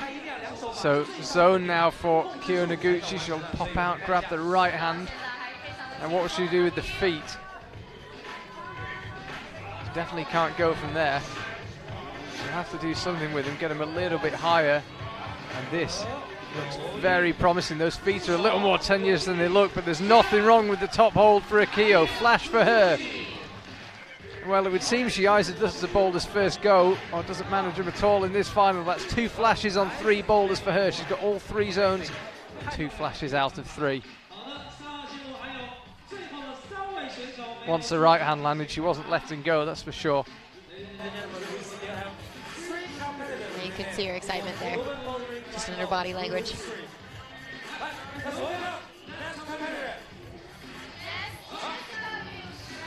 Here comes Giesse Pilz. Her compatriot Jakob Schubert, fellow Innsbruck resident, will be out in the men's final.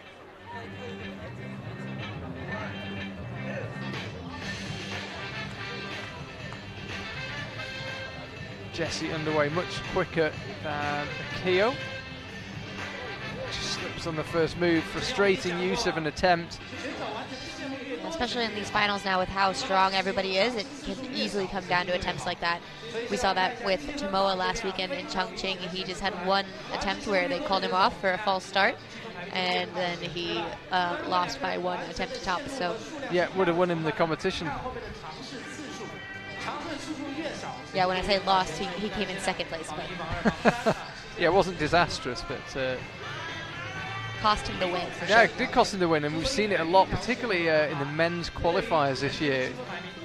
Especially attempts have just been vital. So many people absolutely. getting knocked out by attempts.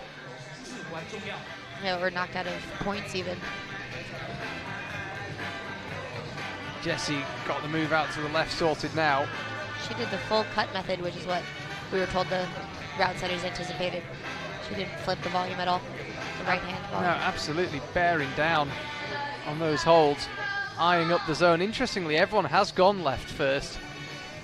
despite us being told it possibly wasn't the easiest method. I don't think there's much in it. I think having a hold finally after grabbing all those volumes is just so appealing. It's hard to not go for it. Like an oasis in the desert beckoning you, and I think that top could be beckoning for Jessie Pilz here.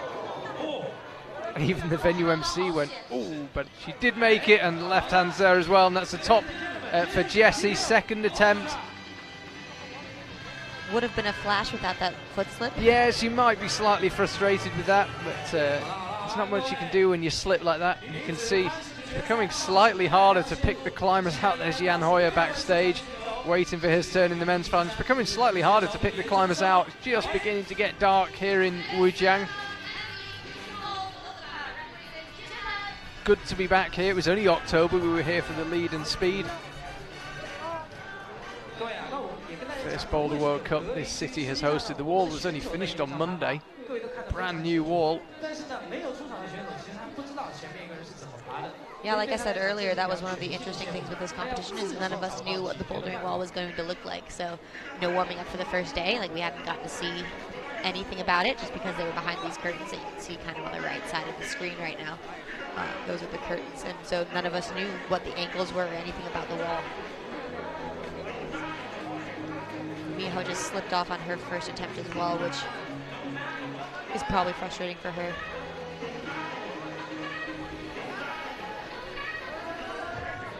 Yeah, she's looked really strong all day in the semi-finals as well earlier on, but you can see there's just a tiny bit of rustiness, just that little slip and the missed top earlier on, where she just needed to take her time a little bit, but she looks very much back in contention. I think as the season wears on, and particularly by the time we get to Hachioji in August for the World Championship, she is very much in the reckoning, and she's in the reckoning here in Wujiang. Yeah, she's absolutely still one of the strongest competitors, just even dealing with her injuries. Easily one of the strongest. Again, she's going up left first. Slightly different method from her. She underclinged with the right hand, and that actually looked really nice. Was able to keep her body weight under that hand. Really launching for the top hold from a bit further away than the other climbers. The judge was already stood up ready to tell her she topped. So like Jessie, gets it with the first real go. Yeah, just a slip on the first move for both of them, separating them from the second try and a flash. So Janja Garnbret getting ready to go. She seemed very relaxed all weekend, very much in the mood. What can she do on this one? It was flashed by Akinoguchi. Miho and Jessie got it second go. Mori got it fourth go.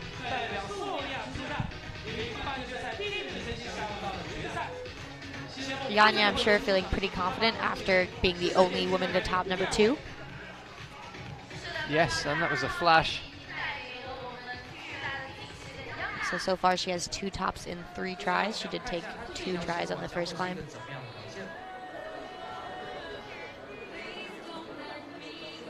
she's got to get herself round that first long volume. Chooses to match this hold. Easily holding that swing over. Bumps up again. Zone would appear to be beckoning. Yeah, thought about the undercling. Might have swapped to the undercling after going to the zone, maybe. Matches the second of the volumes. Straight up to the crimp on the zone, and then leans out right for the right hand of those volumes. If she can get her feet sorted, you would expect Janja to bring it home. Just there it is. In for the finish move.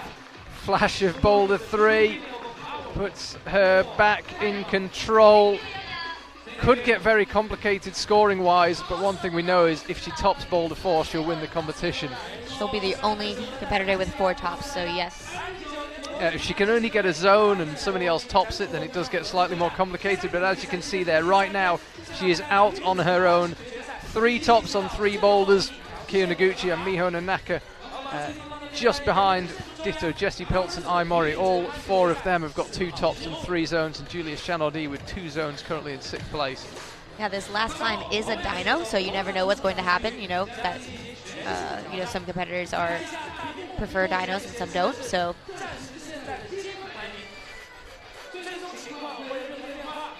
here comes Julia Chanaudy first climber to attempt women's 4. The spotlight now really beginning to illuminate her darkness. First signs of it just beginning to appear in Wujiang. The sun is gone now. Temperature really beginning to drop.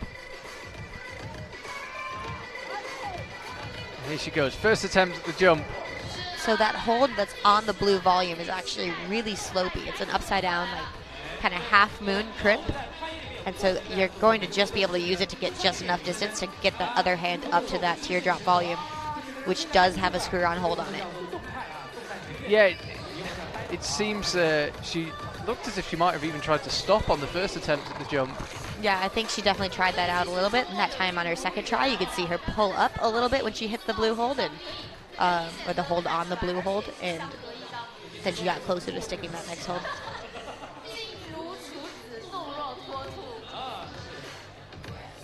Here she goes again. Next attempt.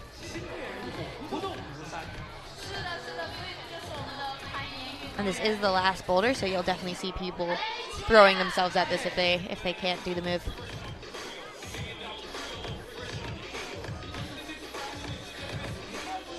Yeah, no point conserving energy. Here she goes, lining it up again. So she'll go to that triangle and then slap up with the left hand. I think that was her closest go yet. Yeah, for sure. She got a good hand on the teardrop volume. I think momentum meant she was already on the way down. Plenty of time remaining.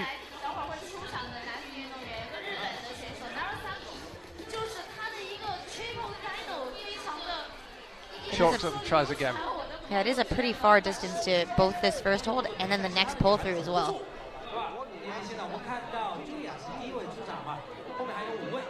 Definitely a challenging dyno. Still got half the time left. We haven't been counting the attempts, at least half a dozen.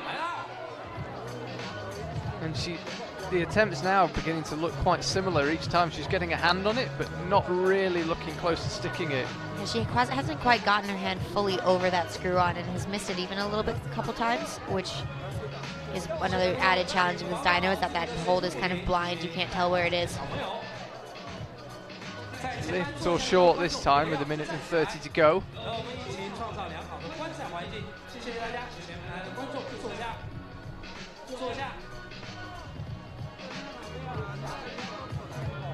She's just studying the boulder now, just wondering if there's something she's missed.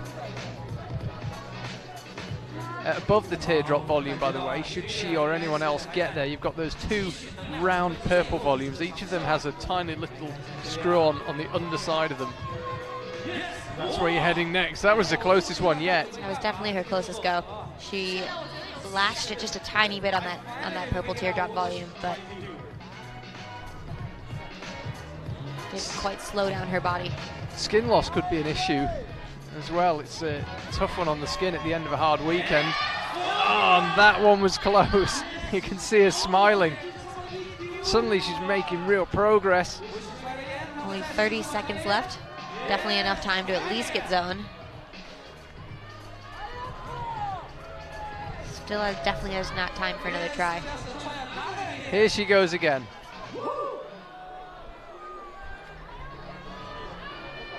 Will she have time for another go? Yeah, why not? First Boulder World Cup final, enjoy it. Ah, and she's close again. I think that will be it for Julia Shanodi. She looks like she's enjoyed her evening. No tops for her, sadly, but pretty close on that jump on one attempt. I think hopefully this will be the close one. That was one of the ones where she dabbed it. There were quite a few attempts that looked like that where she got a hand on it, but just not a good enough hand on it. Let's see, was this a good one? That was another dab.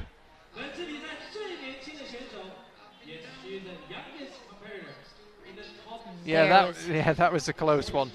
Yeah, held it just enough, but you know that hold is also not the zone hold. It's a hold after that hold. So, just thinking, is there anything to catch the swing with the feet? It doesn't really look like there is. No, I think the way she did it is the method. If your arm is just a tiny bit bent, it'll be easier to hold that swing. She was just so spanned on it that she just didn't have enough control in her body there to finish holding the swing. Mori going for it. Just explain why having a bent arm is slightly easier. I feel like what it is that when your arm is bent, you just control your entire body just a little bit better. You're able to really kind of engage everything, whereas if the arm is straight, you end up just kind of swinging out and having no control over the rest of your body. And we saw Ai there just almost hold the first hold, which I think she's gonna have to pull through, but you know, I've been wrong before, so. I think she is going to try and stop on it, and does. Incredible contact strength from Ai Mori. Yeah, really cool method there. And she's got the job done now. I mentioned earlier about those 2 screw-on holds. That's what she's trying to leave behind. There's the second screw-on with the left hand, and then you got to get your foot up high. Ai Mori lining it up. This would be her 3rd top. It would actually put her in the lead at this stage. The left hand's up there, and the right will join it. Top for Ai Mori, brilliant stuff. I cannot believe she stopped on that yellow hold on the blue volume. A crazy method. I did not think that was going to be possible by looking at the boulder. I have to say, watching her jump, I wasn't confident she could do it the way that Julia Chanaudy was trying it. You can see how far the jump looked just to get there. It was hard to imagine she would then pull on and keep the momentum. She found a way that worked for her. And yeah, she is in the lead. Yeah, definitely a force to be reckoned with. Here comes Akio Noguchi. Well, Yanya Gambret can win the competition just by topping the boulder regardless of attempts, but all Akio can do is try and find the top as quickly as possible. She was on a rampage last year on our tour through Asia, won both of the Chinese World Cups and then her home World Cup in Tokyo when you climbed alongside her in Tai'an. She was something else in Asia last spring. Yeah, she absolutely annihilated all of those competitions. It's a very honest assessment. Now, I don't think we'll see her stopping on the blue volume. Yeah, I think she'll do this pull-through method, but I don't see her having much trouble with this move. And she is trying to stop on the blue volume. I take it back. Yeah, after getting that close to that go, I could see her doing that again. I guess that hold is just a little bit better than it looks. I thought it was just fully sloper, like a full sloper on that, but it looks like there's a little bit of an edge. It looked pretty poor when we went and had a look at it earlier.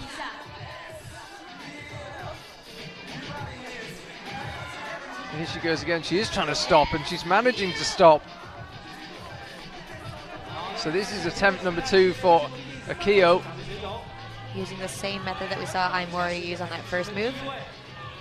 She's going to be hoping to find a top here. No problem up to the top for Akio Noguchi. Gets the job done. And by virtue of attempts, that will move her ahead of Ai Mori. Remember, all of this could be academic in regards to the gold medal if Yanya Gambret tops it. So that's the yellow hold. She does have 2 flashes and 1 second try and 1 flash to zone. So she does have a really good number of attempts. Very low. Could be absolutely crucial. So Jessica Pilz makes her way out. Really surprised to have seen 2 climbers stopping on that horrendous yellow hole, but it's the only 2 climbers who've actually succeeded on the boulder. So what do we and the route setters know? Now neither Jessie nor Miho will be able to surpass Akio now.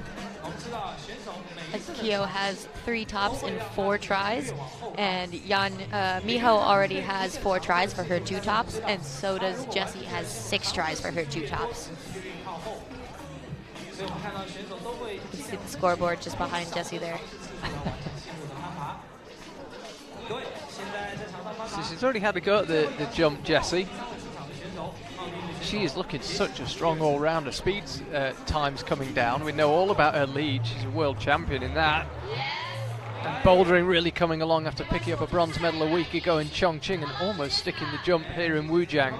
Yeah, absolutely. She had a kind of rough start to the season in Meiringen, didn't make the semifinal, which I think is probably one of the first semifinals she hasn't made. She's been such a consistent competitor, but then since then has made every final. So I would say that her bouldering season is looking pretty good. It's been linear progress, and not making semis, she made finals, then she got a medal. What can she do in Chongqing? Sorry, in Wujiang. She's managing to stop the swing. The problem is staying there even after the swing's finished. You can see what a bad hold it is just from her trying to hang on to it. Now she's got her foot out left onto that green volume. Levers up to those screw-on holds. Making this section look a little harder than the other competitors. I couldn't see most of these guys falling up here, so I'm sure she's going to figure this out. Perhaps considering going up left hand first, I think it would be harder. It's further away than the right hand. She definitely wants this top. She knows it could move her up a couple positions.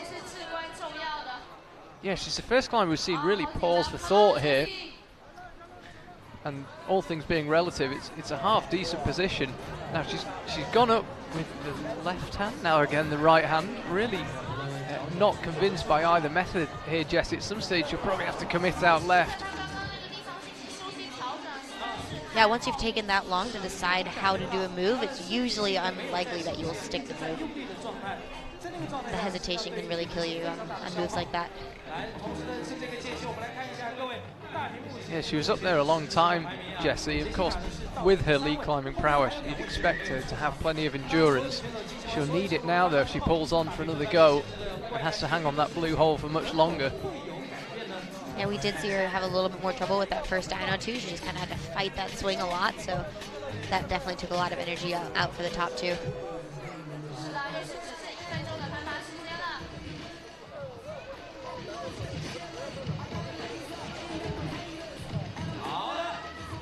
Holding the swing definitely a little easier that time.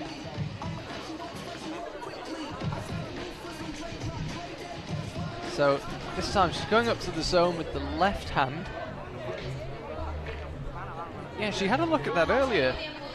I'm not sure how she'd extricate herself from that position if she did succeed in going up with the left hand. You'd have thought surely going with the right is the only way.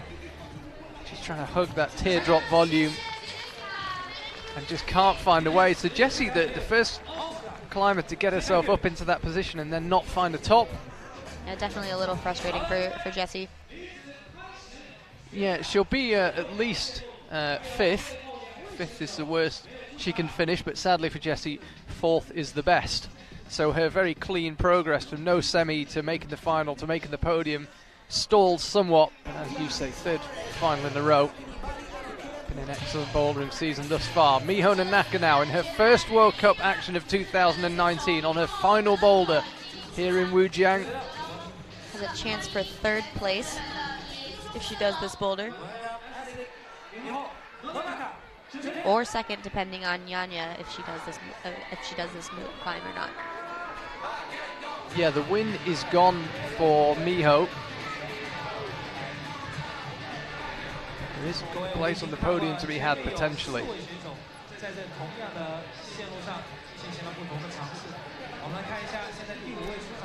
can see her just deciding whether or not she's going to be stopping on that first hold or if she's going to try to pull through. Julia Chanaudy really persisted with trying to go straight through, and that was what we were expecting to see from all the climbers. It hasn't materialized.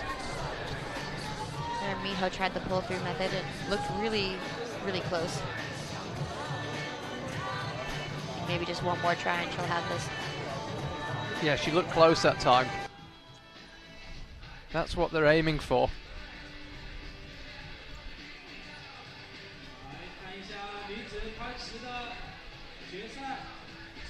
Miho pulls back on. Matches the blue, slaps up with the left. I'm not sure what happened there. It was happening so fast, but it looked a bit hard in the mouth for a second. Found a way back on. She's got that right hand crimp. Now this was the move that Jessie was struggling with, was freeing up the left hand, because that teardrop volume is just in the way. You can't push your hips up quite how you wish to, because that volume's just pushing you away from the wall.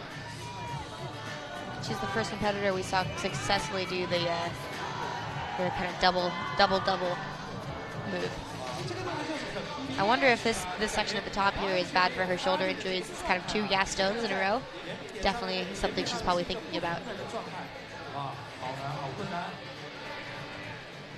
2 minutes left now for Miho. The method she had, the timing method, where she kind of took the swing and then slapped with the left hand, looked to me the best of the methods we've seen.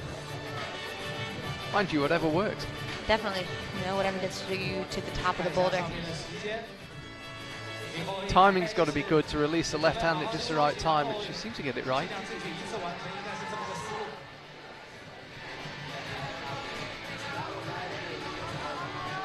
We see her lining up another try, leaving her enough time that if she were to miss this move, she would easily have another go.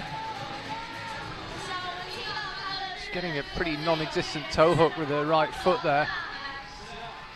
As we pan up to see the tiny crimp she's aiming for. You can see her kind of moving her shoulder Yeah, there. I was about to say the first time she's really shown any sign of it. All things considered, this has been a fantastic comeback from her. Definitely. And you can see her kind of weighing her options, looking at the clock. If that is hurting her shoulder, it might be the better decision for her to just stop. As hard as that can get yourself to do, I did think then, actually, I know she had over a minute left when she came down, but I thought, will she call it a day? Will she try again? So a little stumble on that attempt. And can't recreate the jump up. No sign of her calling it a day after all. No, she's definitely thinking of the rest of the season that she has in front of her, and it is a very important year, so. This time she gets the jump. So she's already had the zone with 10 seconds to go. Only a top will improve her score, and I think she's going to be clean out of time unless she can pull something absolutely extraordinary out. You can see her lining it up. Oh, she got a hand on the top. Looks like she would have timed out either way. Great to see Miho Nanaka back and very close to full strength. She ends in 4th place. Our podium already decided. Mori is going to be on the podium. Akio Noguchi is going to be on the podium, and so is Yanya Gambret. What is the order? At the moment, the worst Yanya could do would be 3rd place. If she tops this boulder at all in any number of tries, she'll be in 1st, and it'll be her 4th win of the season so far out of 4 World Cups. So pretty impressive season nonetheless, either if she does this or not. So yeah, actually a zone might just be enough to win the competition, depending on attempts. If you can get the zone first go, it would actually do the job. I think 1st or 2nd go, actually. So yeah, you're right, that's your 1st or 2nd go. And she easily does that first dyno, using the same method as Miho. And she's got the zone. Yanya Gambret's got the top. She's got the win. She's topped everything in sight this weekend. For the 4th time in 4 World Cups in 2019, it's Yanya Gambret at the top. It's Yanya Gambret rewriting standards. I think she topped that in less than 30 seconds, so no problem for her. I mean, we barely had time to talk about her method or anything. She just had a quick look at the boulder, nailed the jump first time, and found the top. She's just been on another planet this weekend. Receiving the congratulations of her coaches. Only climber with 5 tops in the qualifier. Only climber with 4 tops in the semi-final. Only climber with 4 tops in the final. She hasn't just won this World Cup here in Wujiang. She has utterly dominated it from the first boulder of the qualifiers until the last boulder in the final. Yeah, super impressive performance by Yanya, as usual. Easily just taking the pressure of having to do this last climb and doing it no problem.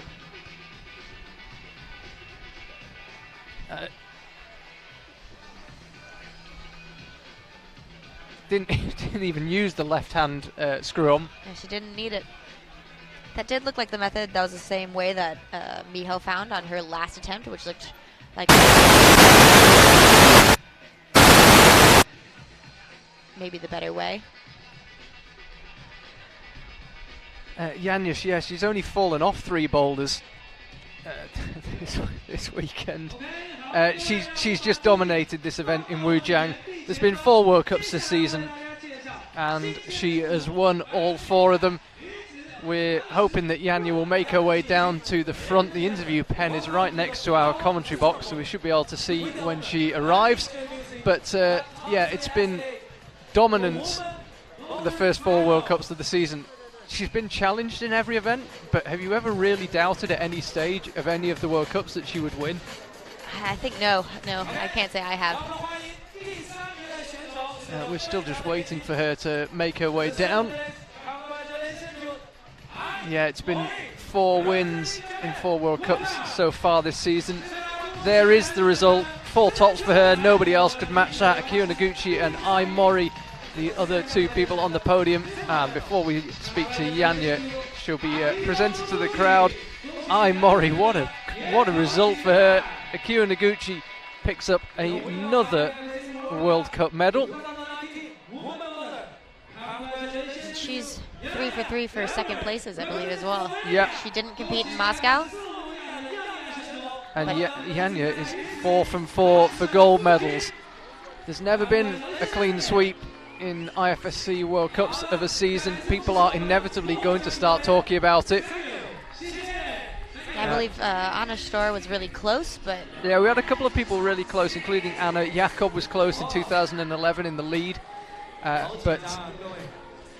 yeah, people are going to start talking about it, especially if she wins in Munich in a couple of weeks' time. We mustn't get ahead of ourselves here. You've just got to enjoy watching Yanya while she's on the screen.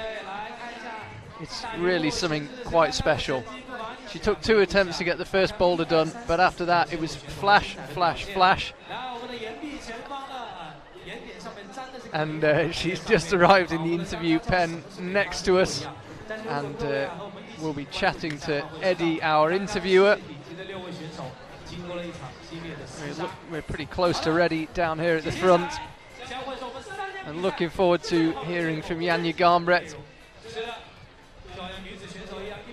She looks absolutely delighted. Clearly no problem whatsoever with motivation, despite the now 23 World Cup wins.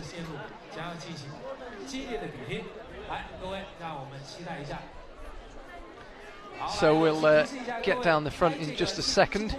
Our interviewer Eddie, who doubles up as the photographer, is ready to speak to Yanya, and a couple of seconds we'll be able to hear from her. She's ready, Eddie's ready. Let's get down the front. Yanya Garnbret, I know you've been asked this before, but how does it feel to win a World Cup?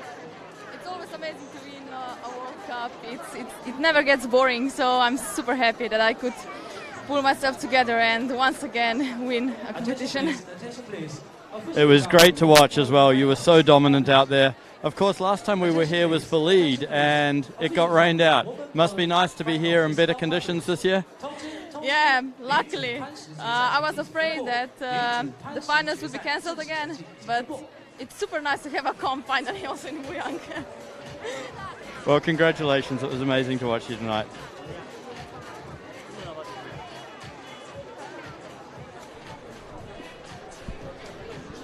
Always good to hear from Yanya. It's just incredible to keep up that rate of success, but also the motivation. She's looked fired up all weekend. Yeah, absolutely. She never expects to win. You know, it's a really awesome attitude to see. She is so clearly the strongest to all of us who are watching, but you know, she is always excited, is always trying hard, and is always giving it her all, which is really cool. We'll be underway with the men's final in just a second.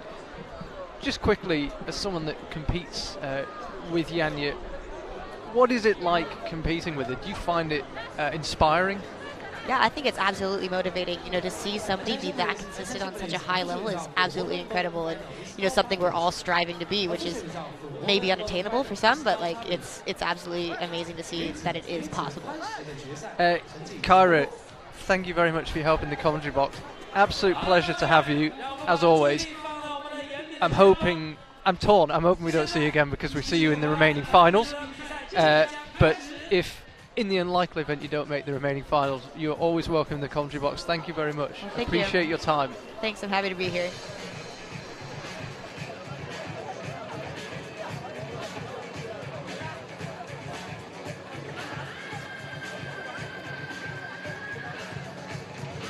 Ladies and gentlemen, welcome to the IFSC Climbing World Cup Wujiang 2019. Your participant, men both final. So Kyra Condi, released from the commentary box, will make her way down into the crowd. And we await the beginning of the men's final. We've just witnessed another Janja Garnbret masterclass. 23 World Cup wins now for her.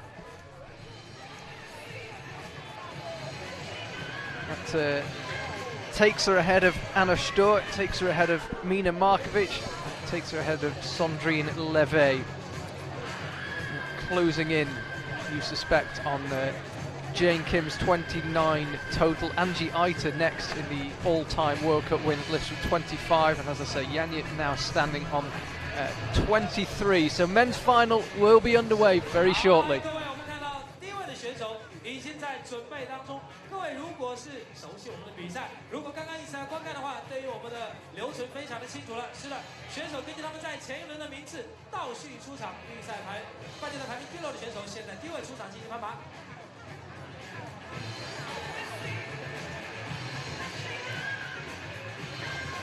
所以我们看到现在选手已经在这边准备当中。Yes, he's ready. He's so ready. Yes, let's welcome K9 Dohee representing Japan. 是的。是的，让我们欢迎半决赛排名第6位来自日本的选手Kate Dohee is out on the stage, and Angie Perhak of Slovenia alongside me. Welcome. Welcome. Thanks for having me. Oh, thank you for doing it. We'll talk about your compatriot Janja Garnbret in just a second. Let's have a look at Kate going for the jump on men's one. We're told the way to do it is more statically. Yeah, for sure. I think that maybe Jan, who is a taller competitor, will most probably reach the first move, but I think it was meant like a jump, the way Dohee is trying it. So. Well, yeah, the route. We were talking to the route setters, and they were saying the way he just tried it the second time is the way to do it. So statically, the first move, and then statically. Okay. When you're there, it's actually not as far as it looks. Yeah, maybe. But I was really surprised when you first look at it. You assume it's a jump. When I was looking at the problems from the crowd, it looked like a jump. So, but the way Dohee is doing it looks way easier and more safe. And you can go apparently with the left or the right hand. He chose to go with the left, and then you've got to somehow get yourself around the volume, and then the zone is out to the right. Yeah, jump to the zone for sure. And I think after the zone, should not be that hard to get top, but we'll see. Just quickly, while Kate is back on the mats, we just saw your compatriot Janja Garnbret win again. Yeah, crazy. Like the way she wins is just too easy. It looks too easy, really, compared to others.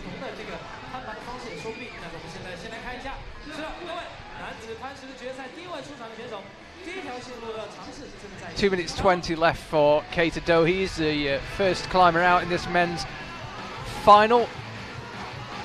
The Youth Olympic Games champion. He'll be followed out by Jan Hoyer, and then it'll be Jakob Schubert, Kai Harada, Tomoa Narasaki and Kokora Fuji. So again, he leads with the left hand, right hand joins it now, and this is a hard move out towards the zone. Oh! He clamped it. Once you've got hold of that, you've then got to kind of press it underneath you and then slap out left for the top hold. He's making progress every time, Kate Dohee. Every attempt has looked better than the last one. Yeah, I think the way he's trying it is the intended way, so I hope next try he does it. Yeah, it certainly looks like he can do it. I said it earlier on, he's the only climber in this final who hasn't won an IFSC World Cup or World Championship in bouldering, but he did win the Youth Olympics. So it's a very, very strong men's final. This time he holds the Yeah. zone. Now he's somehow got to try and get on top of it, or is he going to come back left? Yeah, I think mantle the zone. Probably. Yeah, he's supposed to mantle the zone, but I think he's got a different idea. The problem is you can't really hang on the top hold. Yeah, It's kind of press into it. Yeah, Yeah, just like that. Just like that. Just like, whoa! Well, he really is getting close now. Yeah, but there's not much time, so 10 seconds rest and try again, I guess. 40 seconds now. If you're set off with more than 30. It's a slightly awkward start, although you wouldn't know it.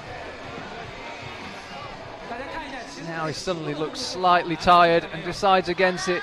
Keita Dohi got a hand on the top hold, but he couldn't turn it into a top, so decides against a final attempt. That was when he nailed the jump to the zone. Looked really solid. Here's Jan Hoyer, first final of the season for him. Yeah, he looked super strong in the semis, so I think he deserved the finals. And before we watch Jan, just quickly, your performance last week, you must have been so happy with that. Yeah, for sure, for sure. My performance, I was just amazed by the result. Like, I always try to do my best at the boulders, and I'm happy if I do my best. And like, when the results was that good, I was super happy about it. So, yeah, looking forward to next comps. It's giving you the taste for the finals, I guess. Yeah, for sure. Yeah, Jan's making easy work of the first move. Yeah, straight up. Chose to Maybe go. he can even reach to the zone. Oh no. Wow. Oh, Jan Hoyer really looked in the mood in the semi-finals. He does here in the final, and he goes up with the left hand, missed it and managed to come back down. Nobody yet has tried what the route setters had in mind, which is pressing on top of that hold. Goes up with the right hand, and you see what I mean about not being able to grab the top. It's not really good enough to hang on. You've got to push against it.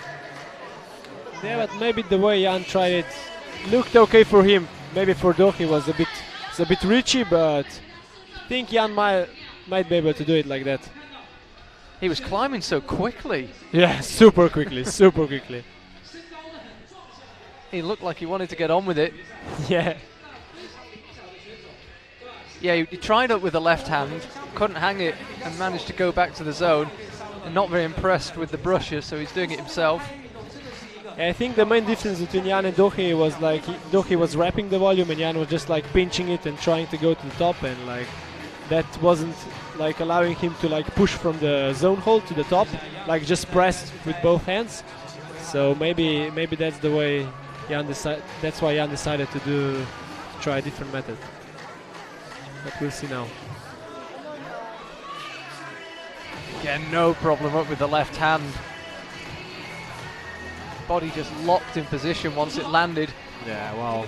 Again, no problem up to the zone. He's climbing quickly again. So he's freed up the right hand. Yeah, he's trying to grab the top of the volume again. He clearly believes he can do it, and who are we to bet against him? Yeah, he's somehow trying to wrap the volume, but I think he's just coming a bit too short. He's a bit too short on the volume, and that's why he's slipping off. So the route setter said you would take the zone, you'd push it so your hands were in between your legs, and then you slap the left hand out. Okay. That's what they were saying. Whoa, it's like certainly not the first thing you thought of when you see the problem. No. For sure. And I'm sure even if you do it correctly, it's a hard move. Yes, yes. We'll see how others get on with that move, but... Jan, so he got up to the zone on his first go. Keita Dohi got there on his 5th attempt. Jan's got that move across to the zone, no problem now. And I think he might lead again with the right hand. Yeah. Which hand's he going with? Again, slaps up with the right. I think he's a bit short for saying that for Jan, but I think he's a bit short for that bit. I don't know, like he's always a bit too short on the last hold, but we'll see if he tries it again. But it's like, I don't know, the first method he tried looked okay, but he only gave it one go, so... He hasn't really been getting closer each time. Yeah, and he's trying the same thing over and over again. So okay. This is more like it. This is what the route setters wanted them to do. Jan began to try it. Maybe like this. Got 15 seconds. Oh, and that was probably the best attempt of all with the left hand. He's probably not gonna be happy with this one. Like, yeah, he looked frustrated. He made it look really easy up to the zone and then just couldn't finish it. That was one of the early attempts when he went with his right hand. He went with the left on the final attempt. That was another of the right hand attempts.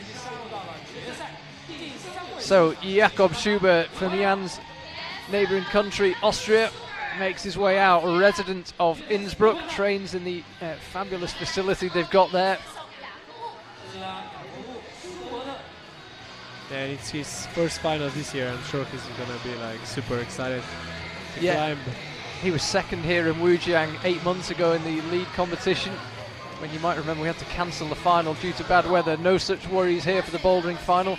And Jakob jumping with both hands to that volume. As I say, the route setters think going one hand at a time, almost statically, or at least slapping up with one hand and then getting solid, is the way to do the move. Yeah, it looked way better when Jan do it, and even better in Dohi. So I think Jakob will need to try Dohi's beta, not Jan's, because Jan's was like a bit richy. But I think it's definitely better than jumping with both hands. Yeah, he's not small, Jakob, but he's definitely smaller than Jan. Chooses to go with the right hand, what do we know? Yeah, Jan used left hand, right? Yeah. So, okay, another beta there. This is a tough move out to the zone. Just slipped off it.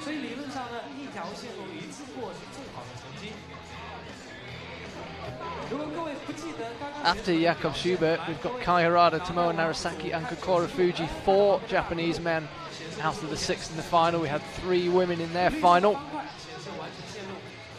Crazy, yeah, Jakob and Jan, the only Europeans in the final. You can see there the lights of Wujiang behind Jakob. Darkness really beginning to fall here. Makes it very dramatic. We've got a big crowd in as well. Certainly the biggest crowd we've had here in Wujiang. Previously been here for Lead and Speed World Cups. This time it's Boulder and Speed. And as you can see, banks of people behind Jakob. It's good to see the good people of Wujiang getting behind the climbers. So yeah, it's going up again with the right hand. Yeah, no problem this time with the first move. If he can do this with a little less swing, I think he should be okay. That's more like it from Jakob. And how will he read this top section? Nobody yet has tried to get on top of that hold. And it looks like he's going to swing for it. He's slapped out with the left hand. Yeah, I think the root setter's beta is really hard to see, so that's why everyone's just trying to do something else. But I think at least like wrapping the volume or trying to mental it is the way to go. Not like Jakob just tried it, because you need to like press in the top volume. But we'll see, maybe he manages to do it like this. He's so strong, Jakob, even by the standards of World Cup climbers. He might be able to get on top of that zone. Yeah, I think like he would be able to do the move, but I think it's super hard like to see certain ideas of root setters, so maybe beat us straight away, so you like never would thought of doing it like that, so you just choose something different, which might be harder sometimes. Again, no problem up to the zone. Third time he's tried that move, and the second time he's succeeded. This is what the route setters want. It looks absolutely savage. It's not a big volume to mental. It's not a big volume at all. Slaps up with the left hand, comes back to the zone. As we saw from Jan, he goes up and comes back down. I'm not sure what happened there. Just yeah, I don't know. He dropped back down to the zone. Okay. Maybe he thought he's out of time, or I don't know. A bit of a strange finish there from Jakob. Let's have another look at the jump. Very solid the second time. Here's Kai Harada, world champion from 2018 in Innsbruck.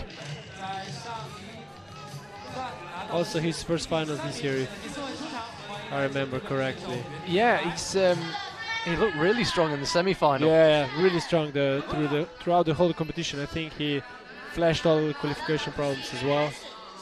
He did, yeah, and brilliant semi-final earlier on. Here he is in the final. You can see the spotlight really required now. It's getting dark here. It's cold as well. Conditions very good, I would imagine, on the wall.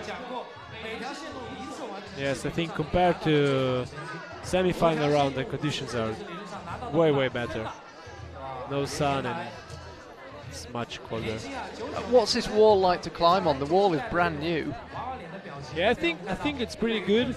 There's a lot of overhang. Maybe there's a slab missing. I don't know, because men's groups, I was A group in the qualification round, and we had no slab at all. So, because in semi-final men had no slab, so maybe a slab missing. But overall, I think it's a great wall, and that's it. And what was your experience like last week in the finals? What was the whole experience like? Did you feel a lot of pressure? Yeah, I felt some pressure for sure, because I was starting last, so I knew that everybody was either topping the problem or nobody topped the problem, and I knew I had to do it as well, so there was some additional pressure. But every time I feel pressure, I like try to kind of lose it by just not trying to think of what others did, but just like focus on topping each problem.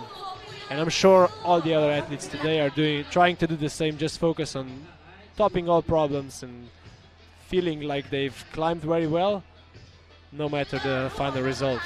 Well, there's only one person you can control, and that's you. Yeah, for sure.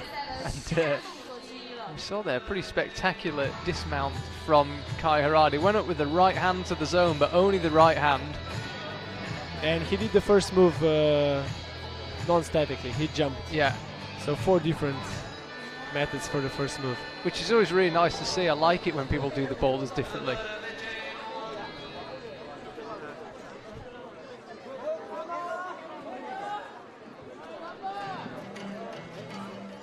.140 left for Kai. Pulls back on.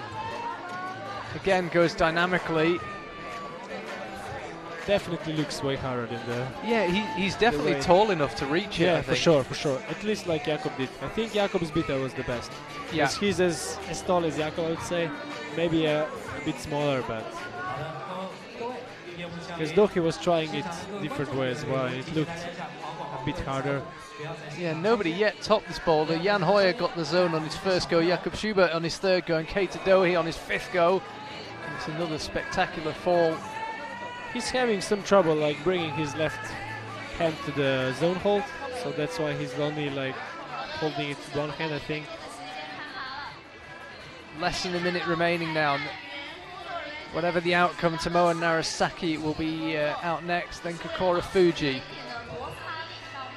It's an all-Japanese second half of the final.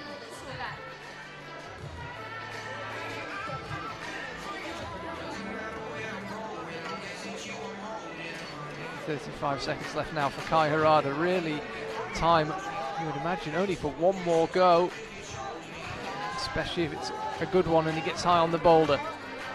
He's making the dyno work. It looks hard. Going out with the right hand. This time he makes it work to the zone. We've got 15 seconds left for Kai Harada. Can he be the first climber to find the top? He slaps that heel hook on, went up with the right hand, and wasn't able to make it work. 5 seconds to go. And that is it for Kai Harada. So everybody, I think, has touched the top hold. Yeah, everybody. Nobody's stayed on it. Route setters will want to see the boulder topped. It's always a shame when a boulder doesn't get a top. We've had a lot of people very close to it. Yeah, maybe tomorrow can change that. Will he jump at the start, perhaps, as Kai Harada did? Here's Tomoe Narasaki, came very close to winning last week in Chongqing. Yeah, I think he might jump the first move. But we'll see. I don't know.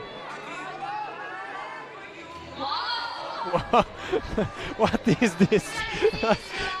I wonder if Kokoro can do it differently. Like we've seen all the methods now, I think. Tomoe, yeah.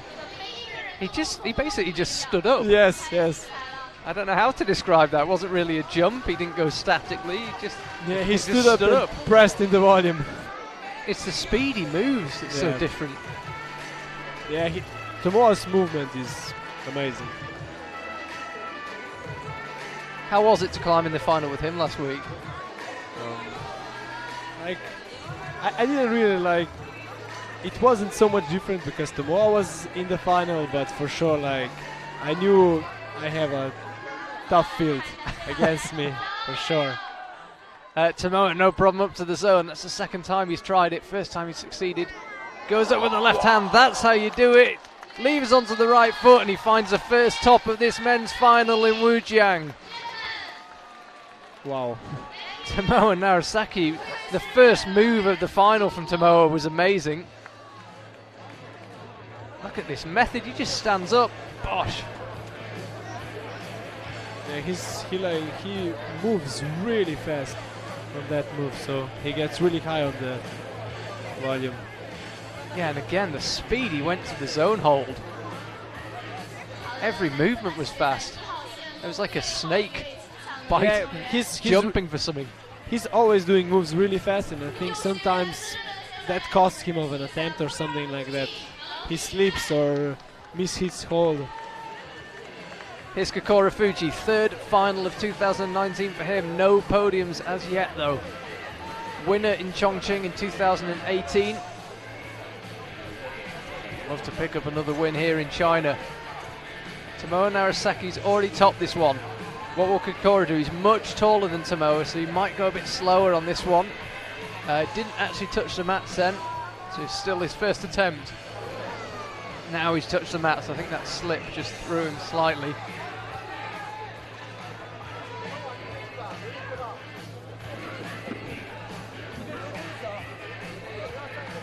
Remember, he has to use the volume with the 4 bits of tape mark it, so he can't use that right hand one that his right foot's on until he's got himself stable. He doesn't seem very happy in the start position. No. First climber who's really had any trouble at the start. Yeah, he looks really uncomfortable with the starting position.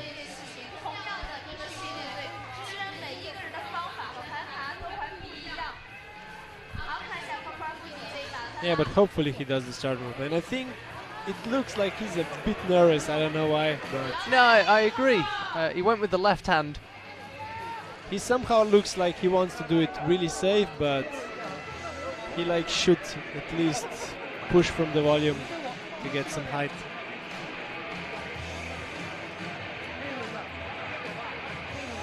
So he went with the left hand that time. What will he try this time? 2.5 minutes remaining for Kokoro. Being quite as tall as he is, it looks a really awkward position to start from. He's used up a few attempts now. Definitely seems to like going with the left hand. I think he's trying to do it in the same way Doki tried. Doki was pitching the volume as well. Half his time gone, Kokoro. He's not been up to the zone yet. Everybody else has at least been to the zone, and Tomoe Narasaki's been to the top. But Kokoro, the first climber to look really troubled by this start. This is more like it. Okay, now he's got himself in position. So this is his first attempt at going to the zone. Just went with a little bit too much momentum.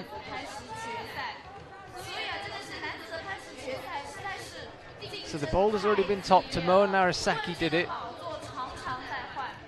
That's where he's heading, up to the zone.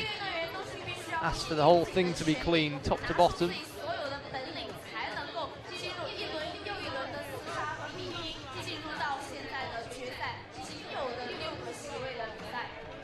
1 minute remaining now for Kokoro. Yeah, hopefully he can do the move to the zone so we can see what's his method for the top move. Yeah, Tomoa read it perfectly. Went with the left hand and just pressed. Yeah, right heel and just pushed from the volume. And again, Kokoro struggling to really get himself out of the start position. Yeah, he's running out of time. And he won't be awarded the zone either. He definitely didn't control the zone, didn't use it. 25 seconds to go. Really needs to go quickly here, even if he wants just a zone, Kokoro. So the left hand's there, that move with the right hand, really brutal. Okay. Now he's got the zone, he's got 5 seconds left to find the top here, the feet cut loose. That was optimistic from Kokoro. He can't find the top, but he can find the zone. Yeah, and I think that zone was super important for him. Yeah, that could be really important. It keeps him level. He used a lot of attempts to get it. 8 attempts, it's just popped up on the screen. Okay, so now we head over to men's 2 on the pink volumes. Another very physical looking boulder. And it looks a bit, requires some coordination as well. At least it looks like it. Yeah, there's quite a We'll lot see. on this boulder, I think. So we see Tomoa Narasaki pulling ahead, the only top on number 1. And that's where they're heading next. Men's number 2. Pink volumes over to the right hand side, just to the left of women's 3 with the black and yellow volumes. Keita Dohi now, first climber out. 4 minutes begins for him.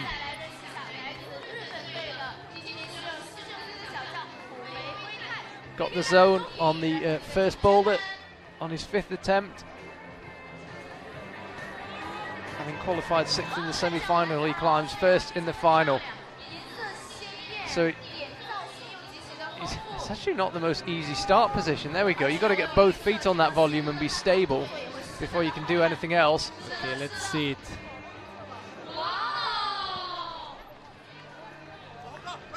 Now there could be a few different methods here, because the furthest right triangle, you can maybe stop yourself with the palm on that. I think it's meant to stop you, but we'll see either with your hand or feet. Maybe I would say you should use your foot, but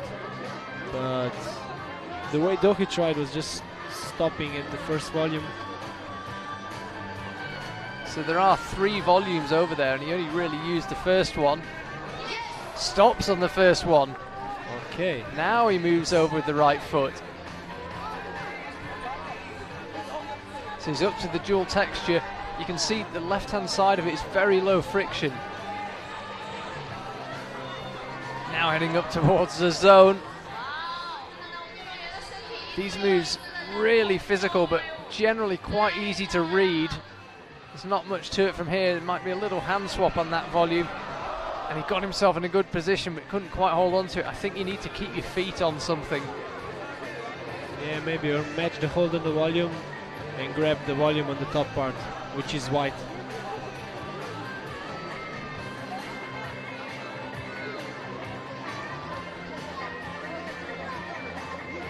Yeah, I think for the first move we'll definitely see different bidders, because I think root setters intended to go on from the first volume.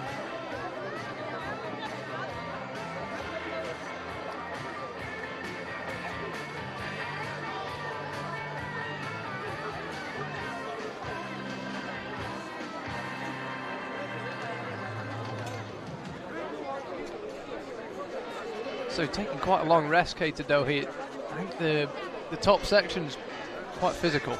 Yeah, I would agree. And I think in a problem like this, I think there's nothing like too tricky in the top part. So he knows exactly what he needs to do. And I think the best thing is to just rest till the end and make another really good try.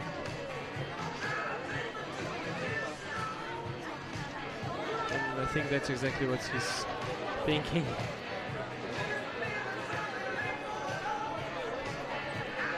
So 1:15 left. I think this will probably, if he gets high on the boulder, I guess this will be the last attempt.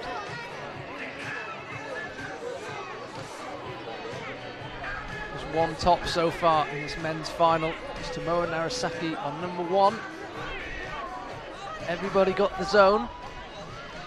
And Tomoa topped it. What can Keita Dohi do here on number 2?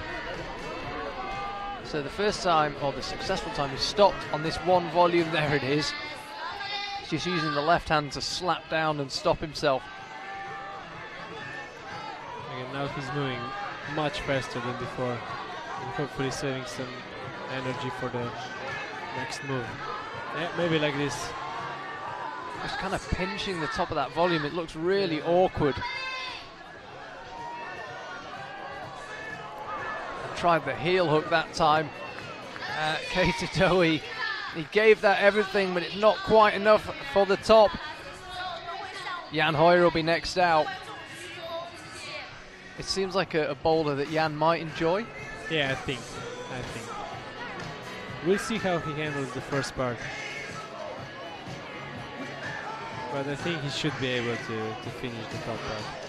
Because it looks like after the move the Dohi fell, it's just like a straightforward move to the top.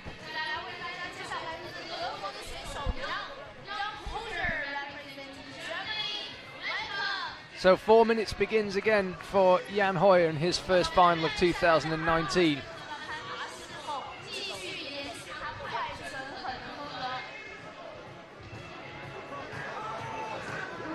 Just having a look at the jump, I think trying to decide what his method will be. Remember, he's not allowed to touch anything apart from the start hold, so he can't go and feel those volumes.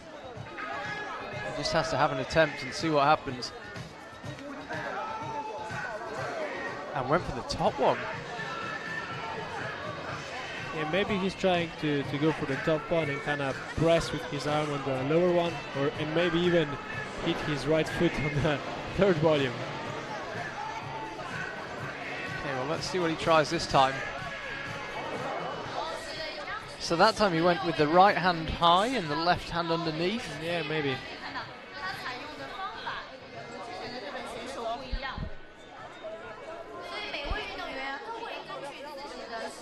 Now takes a bit of a rest on both of the boulders so far. Jan's come out like a bull in a china shop, just run onto the boulders.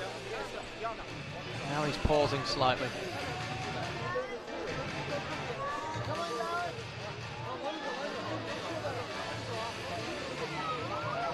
Yeah, he's definitely going, likes that method of going up with the right hand.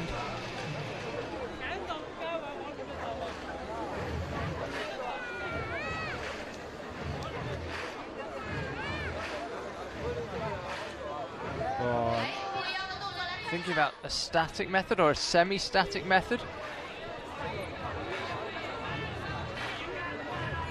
I think he likes that idea.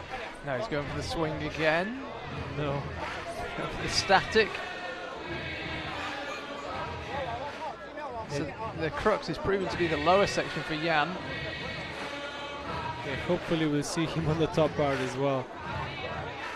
But it's really frustrating, like when you know the top part is just like it suits you really well, and you just can't do the first part. And I think sometimes it's sometimes you maybe focus too much on the top part, like okay, I'm gonna do the moves in the top part, and maybe forget about the start, and you kind of fall out from your focus. Goes back to his original method. And he tried it differently this time. He went with low, high. Yeah, with the left hand high this time. Yes.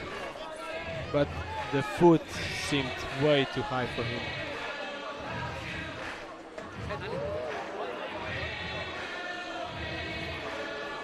Looks like he's getting slightly frustrated, Jan. Might as well keep using the attempts. Yeah, he's making so much attempts.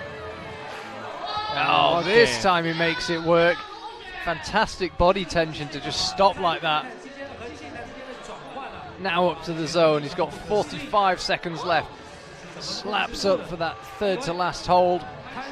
Matches it. Now he's on the penultimate hold. The next one is the top. It's a good hold, but it's not a great one. He'll have to do it in control. Incredible power to be able to hold himself in that position. And surely the top beckons now for Jan Hoyer. Nice. Yes, it does. Like, I think like he was waiting for the top section way too much and not focusing on the lower part, which seemed way harder for him than the top part. That was when he held it. Then he knew it was on. Yeah. And this is when he went for the top.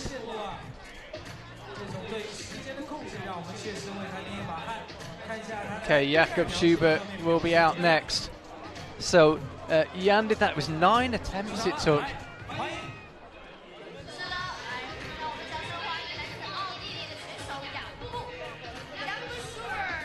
Here goes Jakob. Found the zone on the first boulder on his 3rd attempt.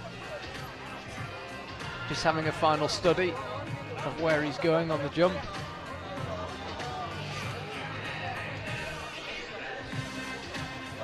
Okay, attempt number 1 for Jakob. About to get underway. What will the method be?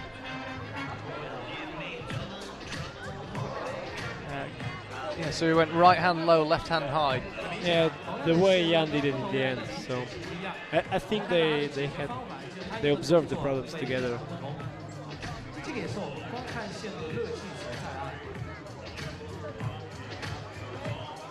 I think another possibility maybe is what he's doing. So you go right hand low, left hand high, and then slap the right hand. Yeah, it might be as well. And we haven't seen anyone try going high with right hand and kicking your foot. No. Oh, goes one-handed. Amazing power from Jakob Schubert. Now he's off up to the zone. Needs to get the heel hook. There it is.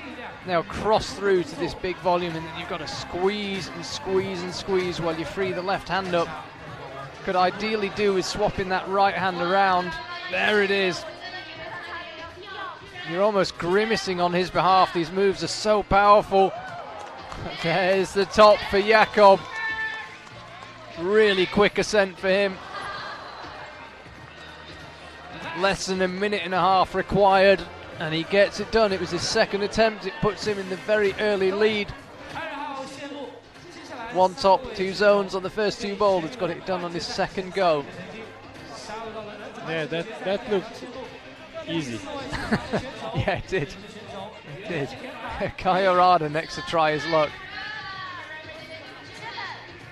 Really, really impressive stuff from Jakob Schubert. Kai just being made to wait for a second before getting underway. Now he can go. 4 minutes begins.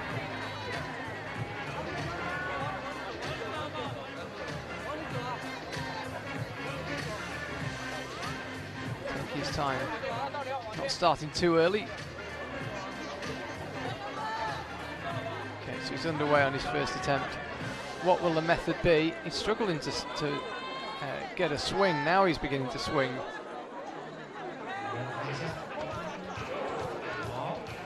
Just short that time. Yeah, his swing was really strange. Yeah, it took him a long time to start. Yeah, and even then, I think he should have had more swing for the move because it was a bit short.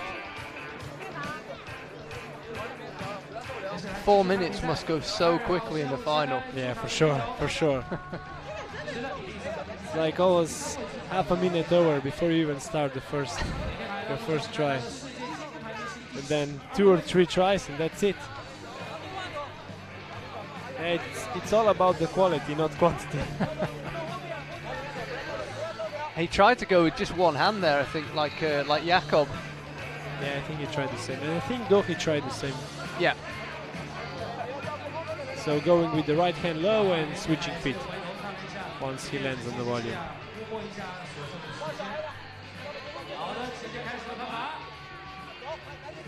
So here he goes. This is more like it, much bigger swing this time. Okay. And holds it with one hand, just like Jakob did. So now up to the dual texture ball, then out to the zone, and then he's got to wrestle with that next volume. Ideally, like we saw with Jakob, have the hand facing the other way. Chooses, he's about to change hands before this big cross move. Jakob change hands from here. Slightly different method from Kai Harada, but I think the outcome will be the same. Top for him.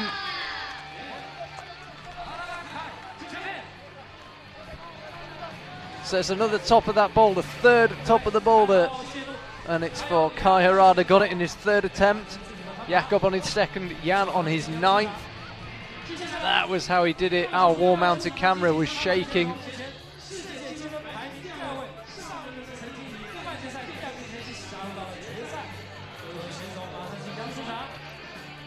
That was him on top. Tomoa Narasaki up next. He was the only person who could find the top on number 1. Did it second attempt. Here he comes on number 2.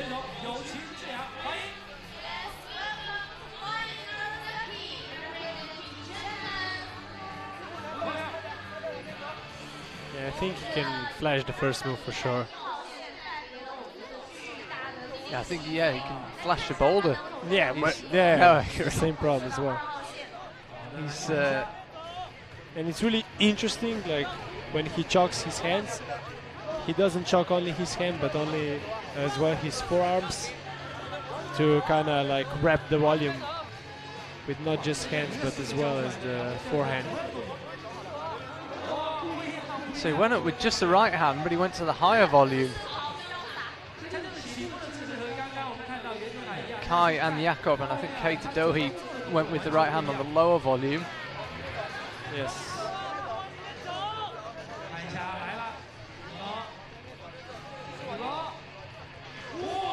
And again chooses to go with the right, so he's kind of jumping off the foothold when he lands. Yeah, he might be trying to hit his right foot on the next volume, but it didn't look too close.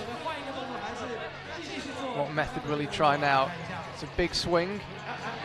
And goes with just the right hand on the lower volume again. I'm sure root setters didn't mean for the move to be done like that. Really powerful way of doing that next move. Just jumped straight up to the zone.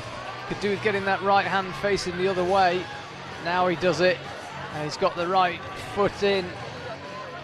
Tomoa can see the top beckoning.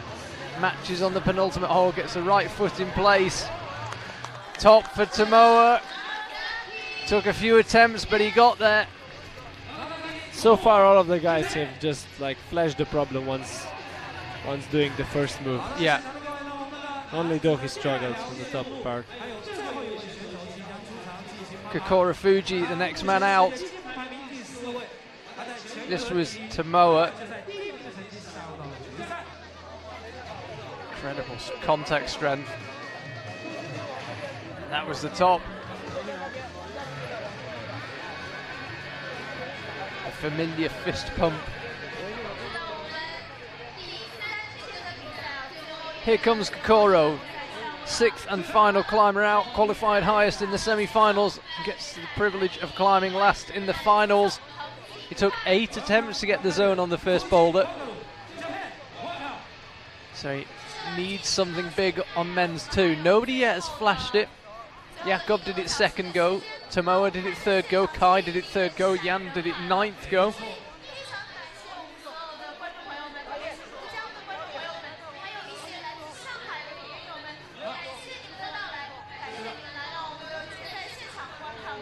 So Kokoro starts swinging.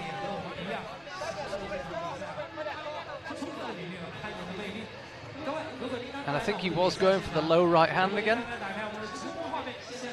Yeah, it's like he made a really not a good attempt.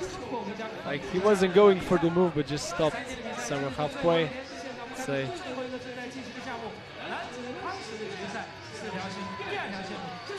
Now he begins swinging again.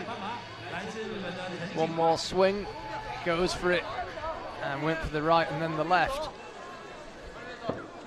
Yeah, all of the guys who just stopped at the lower one landed on their left foot. So Kokoro needs to change that if he wants to stop it, the lower one. He didn't look very happy on Boulder 1. And he looks a bit confused or not focused on boulder number 2, so Yeah, let's hopefully he does the first move though.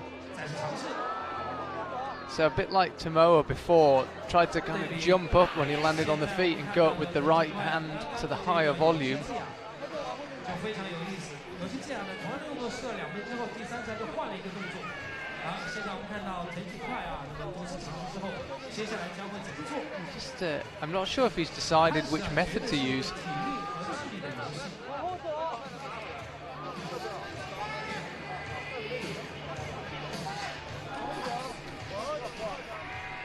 Right, one more swing and here he'll go. It looks like it's an unnecessary extra movement to go with the left hand. For sure, because he had his left feet on the volume now, and we know that because we know that, but he's not sure. He's not sure what to do, but he tried, I don't know, 2 different methods, maybe 3. I think he just needs to decide for one, and like, because usually when you're trying different methods, it's really good if you get you can get good or bad information from a try, and if you don't try really hard, you don't know if the move is possible or not, so you just kind of keep trying the same thing over and over again, even if it's not the easiest thing to do in the end, or not even possible maybe. Because we haven't seen none of the guys do the first move by going to the higher one. I think everyone did it going to the lowest volume. Yeah. Now he's trying a new method again. He's going with the right hand like everybody else, but then also kind of slapping with the left hand. He didn't come really close this try, so I think he'll try something else again. Oh, I was wrong. Good thing I was wrong, because I really wanted him to get to the top section. He got there.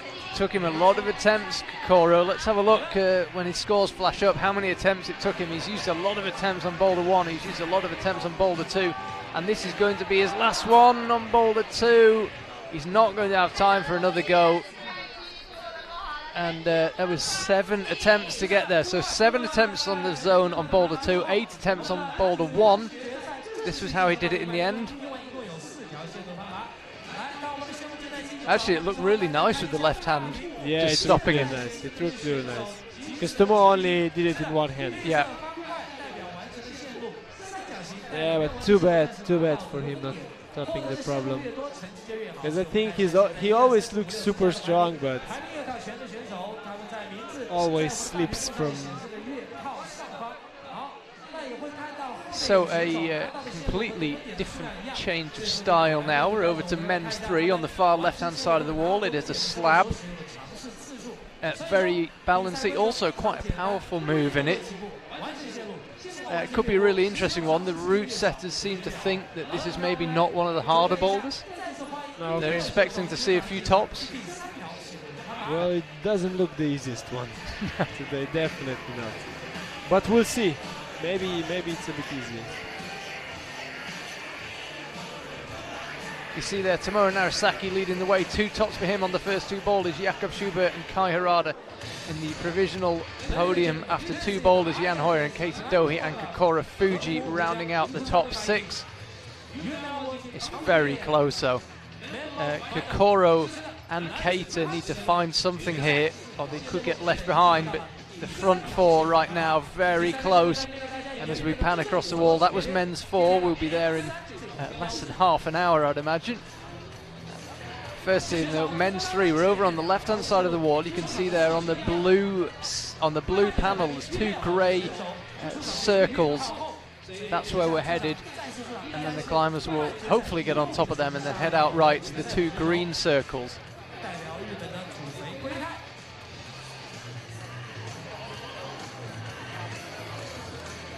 Just awaiting the arrival of Keita Dohi. He's in the doorway ready to come out.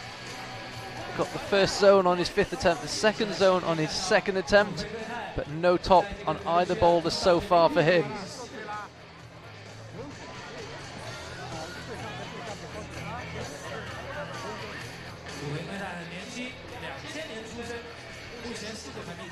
Keita looks ready to go. I just caught a glimpse of him backstage. He's in that left-hand doorway over on the left of the stage, just next to the scoreboard. You can see at the left on the speed wall. Great final there on Friday night. Check out the replay on YouTube. still he's being made to wait. I'm just looking across the stage to see if there's any issues. No judges running around. Doesn't seem to be any reason for the delay. Hopefully he'll be out shortly. There he is, and here he comes. So he's not got far to go. He's right next to the door.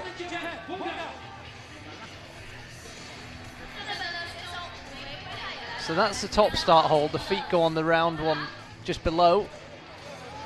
And he's choosing to start it statically. You can actually take a little run at this.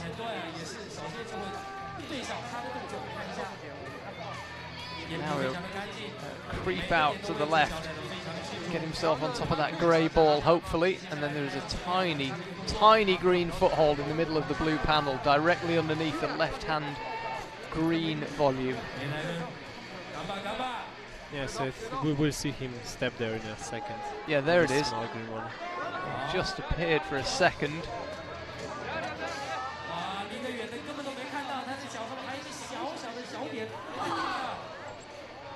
Yeah, it looked fairly easy to this point.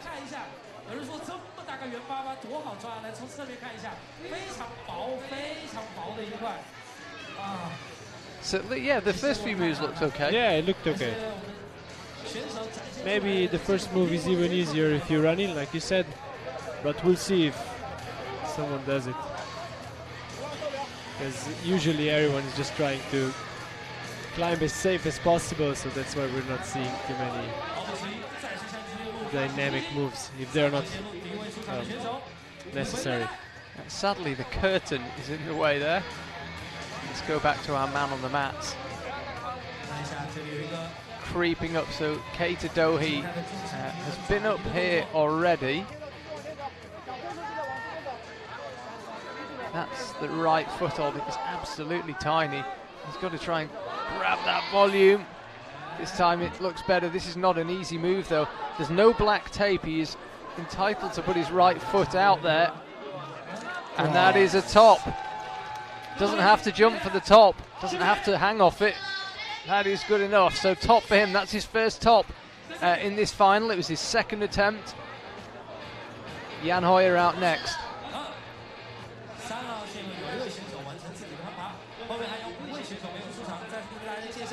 Yeah, the route setters were saying they expect to see some tops on this one, and yeah, definitely, I think we'll see a lot of tops. Yeah, it definitely looked the easiest so far.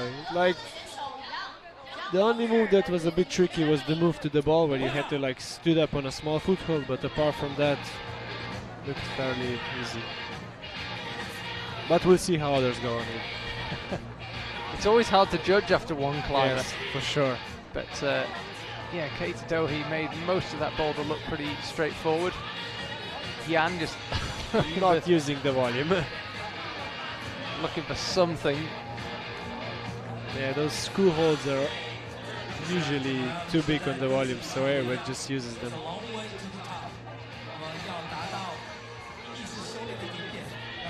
I didn't look so comfortable just getting stood up there. Yeah, Dohi pressed himself on the both volumes before he was putting his right foot up. Jan tried to do it. Jan tried to put his right foot before, so maybe that was the...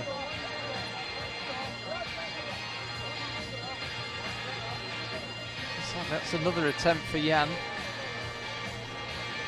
So this will be attempt number 3 when he pulls on. Slightly more dynamic start. This is interesting. He's struggling with the lower section a bit.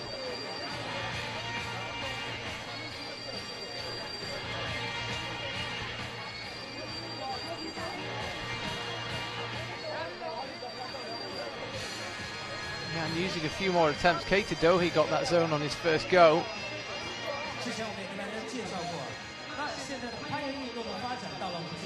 Is he ending up too far left? I don't know. I think he's doing that just to make his foot go up easier, I would say. That's why he's leaning to the left, but the way Dohi did it looked okay. But I think it might be a bit harder for him because he's a bit taller. 一个攀岩的选手就是一个完美的人。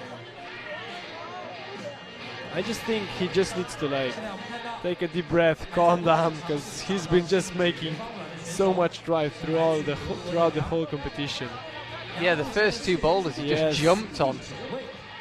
And even now he's just making really quick movements in the wall.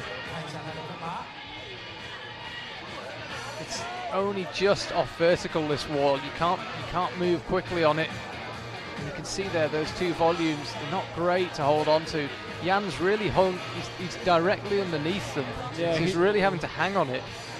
I think he's trying to put way too much weight on his arms instead of his feet.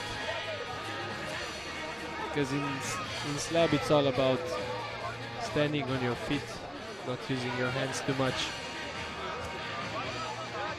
时间还有不到1分钟。 He's got 50 seconds left, Jan. The 4 minutes feels like it's gone quite quickly here. Again, choosing to use those screw holes. Pulls himself on again now.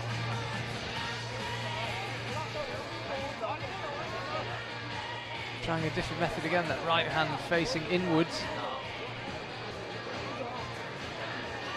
Yeah, he's definitely struggling compared to Dohi. 20 seconds now. Probably only got time to get to the zone if he can do this move. 12 seconds now. Time becoming a real issue for Jan, and that is so frustrating for him. As we'll stay on 1 top and 2 zones. 好的，欢迎 Jakob Schubert will be next out. 奥地利出战，1990年出生，多次获得世界冠军的荣誉。Let's welcome competitor Jakob Schubert. Representing Austria. Wants to get on with things straight away, Jakob.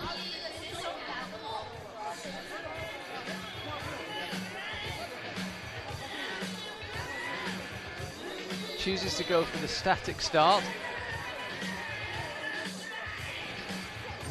Reached out without even looking to the green volume.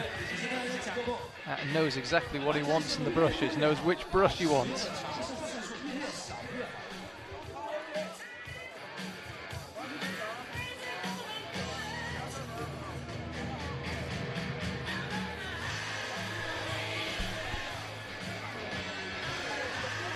Again, choosing the static start.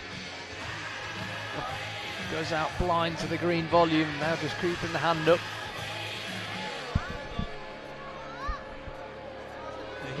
This is what Jan was struggling with. Yes, and he doesn't seem to be too comfortable as well. Okay, maybe now. Yeah, this is the way Dohi did it. I guess if your left shoulder is strong enough. 好，看一下， His right foot is so... Yeah, the right foot's terrible here. You can't really move on it, I guess. Yeah, and his right foot was a bit low for the... like for standing up. Oh, you've climbed on these grey volumes. Is the best thing to have your foot as high as possible? Yeah, it's kind of in the center. I think the Okay. best thing is just to have it in the center, so you kind of just stand up directly, and you want to have as much surface as possible. But because Jakob was standing too far to the left, he was only using his point of the shoe, which could cause you to slip, and that's exactly what happened.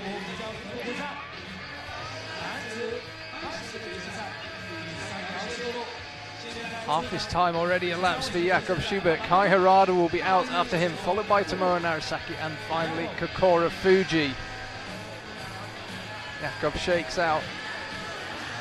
Final preparations, and he gets underway. His next attempt. His method of standing up seemed quite good, but as you say, he seems to end up with his foot in the wrong place. Yeah, it looks a bit better now. This looks better. At some stage he needs to commit to moving out right. I think he's trying to put his... Oh, okay. He corrected his foot position, so now it should be better. Oh, the right foot actually slipped, but he held it, Jakob. He's over to the zone. He's definitely control the zone and will have been awarded it by the judges. It looks so shaky. 1 minute to go. You feel bad talking. It's as if anything that might disturb him. Yeah. He's so tenuous for Jakob. Now he's both hands over to the zone. He's done really well. He's moved really slowly over to the right. Now he's hugging that zone. Could ideally do with getting his hands on top. And that is frustrating. Yeah, I think there's no time for another good try. No, he'll have to rush now, and really rushing makes it a grade harder. And definitely didn't need that. No joy for Jakob. I think he knows there's no time left. He was close. So frustrated. As it stands, he's in third place, 1 top and 3 zones. Interestingly, nobody on 2 tops apart from Tomoa Narasaki, who hasn't attempted this boulder. Here comes Kai Harada. 1 top and 2 zones for him. He got the first zone on his 6th attempt, and he got the second zone and top on his 3rd attempt.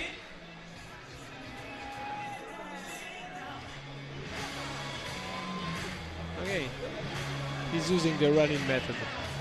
Yeah, it looks an easier method to start. And is that the foothold that he's using for the right hand? Whoa, okay.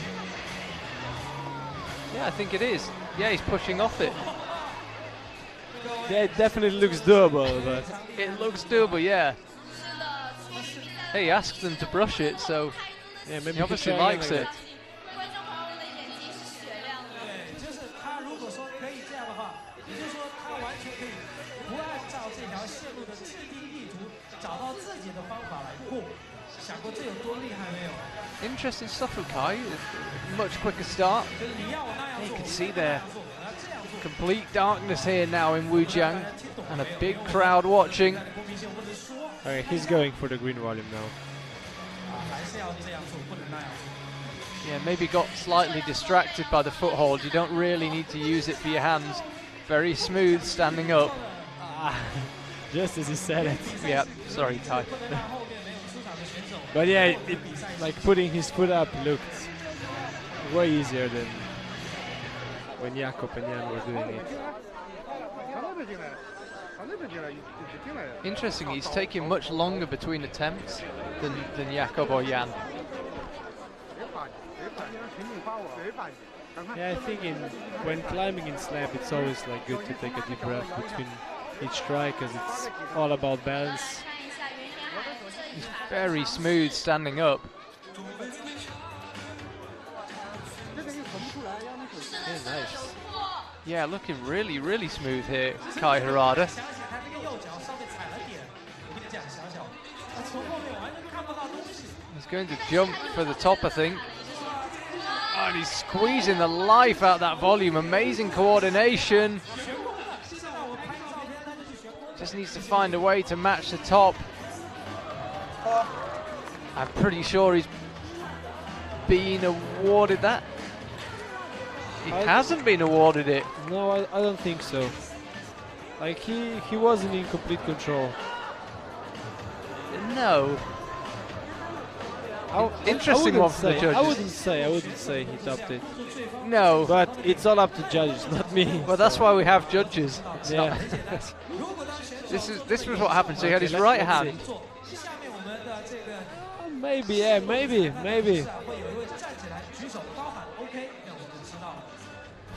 Difficult decision. I think I might have given that to him, but anyway, the judges didn't. They know a lot more about it than I do. Yeah, it's a bit strange he didn't use the right volume because surely they observed the problem together. And maybe he forgot about it. I don't know. Yeah, maybe. Yeah, he's got no problem up to the zone now. He just needs to be much more clear to the judges if he tops it this time. Right hand. Can't get himself stable. That's the problem. We saw Keita stick his right foot out. Oh, Kai Harada, that is disappointing.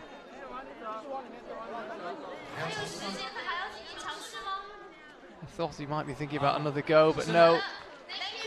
Decides against it.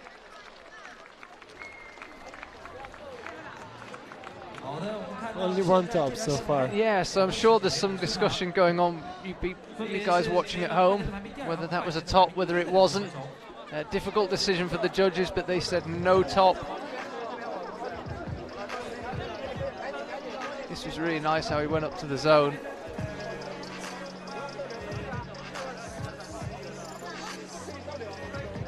He was like maybe holding.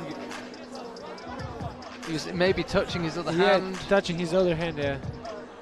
Tomoa is keen to get going. It's like a dog that wants to come off the lead. It's just he's just ready. Is it my turn yet? Oh, poor Tomoa! It's like you'd thrown the ball for the dog and then didn't let him go. He has to wait a bit longer.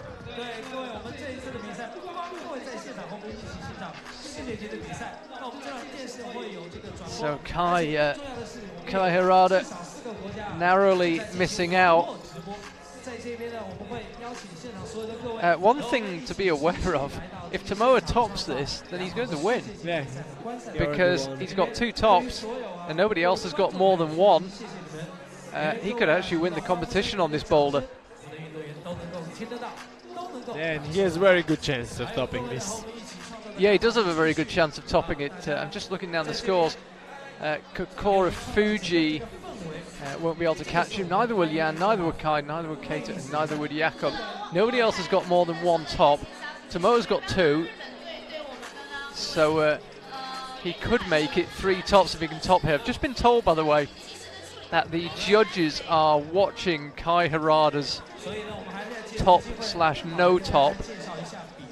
So we'll see what the outcome of that appeal is. If Kai is awarded the top, then Tomoa can't win it on this boulder. So it'd be slightly more complicated.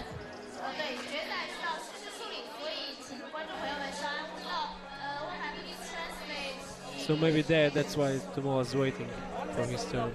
Yeah, God, this isn't the thing you want. Yeah, for sure. Especially because it could change everything. If the appeal is unsuccessful, then Tomoa can win here, and if it's successful, then it still goes to the last boulder. So it adds a whole element to it. It's also quite cold here in Wujiang, and Tomoa's just standing there waiting. Yeah, and he's been waiting ever since he finished the second problem. So you felt that it wasn't a top. Yeah, I mean, I know it's close. Yeah, I know it's not clear. It was super close, but for me it felt like it wasn't controlled. He was like slightly moving and then he fell off. I don't know. We're still waiting. There's presumably been an official appeal, and Kai Harada's top and the video of it will be getting studied now.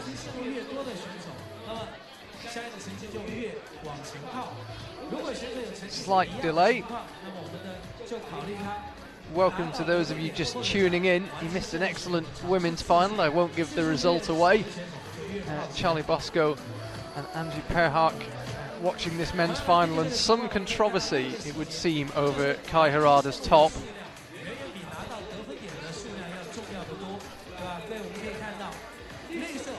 Or not top.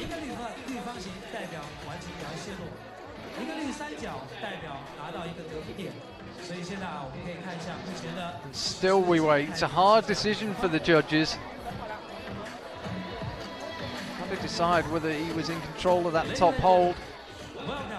This is the IFSC Climbing World Cup, Wujiang 2019.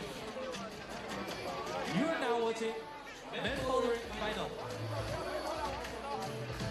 Ladies and gentlemen, the 3-day competition. Okay, I've just been told actually that Kai has been awarded the top. It's not showing up on the live scores here in the venue. Tomoa's on the mat, so I guess they made a decision, but we'll see. So I mean, I've actually just pulled up the IFSC rules for 2019, and a competitor's attempt, this is rule 8.17 be a competitor's attempt will be judged successful where a competitor is in a controlled position with both hands matched on the top hold. Yeah. It's a judgment. Yeah. That doesn't actually help to clear it up, but that is the rule that is being discussed. We're looking at the scores. They've not been updated yet. or Not been updated if he not has been changed, awarded. yeah. Exactly. Your English is better than mine.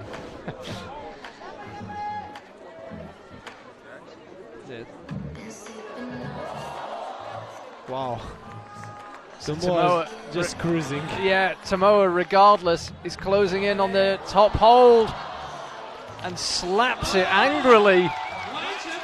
So Tomoa Narasaki, he has got 3 tops on the scores as they stand on the scoreboard we're looking at and that we're being sent. That is enough for him to win the competition. But if what I'm being told through my headphones is correct, then Kai Harada has been awarded the top and it moves on to the last boulder.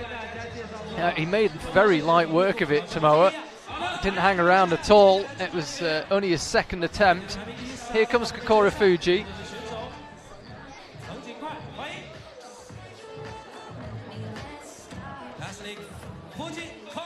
Representing Japan, welcome. So Kokoro Fuji comes out. Again, I'm being told that Kai Harada was awarded the top, even though it's not showing up on the scores. So Kai is still able to win the competition. He is still able to win it, yeah. Hopefully the score will update quickly. For now, though, let's keep an eye on Kokoro Fuji. The win, sadly, is gone for him. Could end up on the podium, actually, depending how on other results go. And he's underway on men's 3. Yeah, he'll definitely be looking for a top here if he wants to come back. Didn't look that comfortable on the first 2 boulders. No, definitely not. Yes, maybe a bit indecisive, couldn't quite decide how he wanted to do them. He's looking a bit more in control this time. Yeah, no problem across to the zone. He's much taller, which I think probably makes that move a bit easier, and it probably makes the top a bit easier as well. Slaps the top like Tomoa. Again, nobody since Kato has put the right foot out. It seems the logical thing to do. That is the scene here in Wujiang. Beautiful evening. Cold, but excellent conditions, I would suspect, on the wall. Like Tomoa was just, I don't know, he had such a good grip on the volumes, just slapping out the volume, and that was it.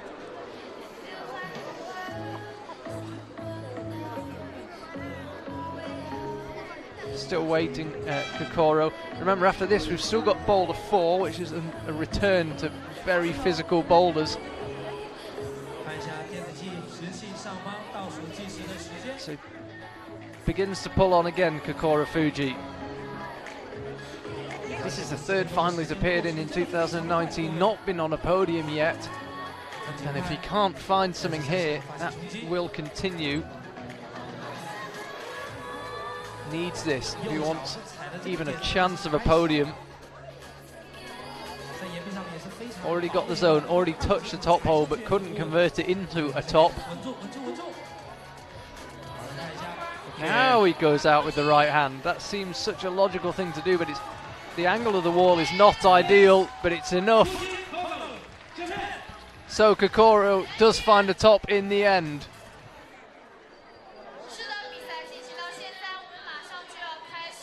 Third go, he got the zone on his second go.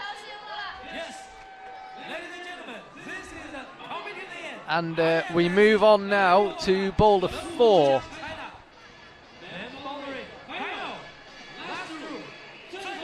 Still waiting for the results to update.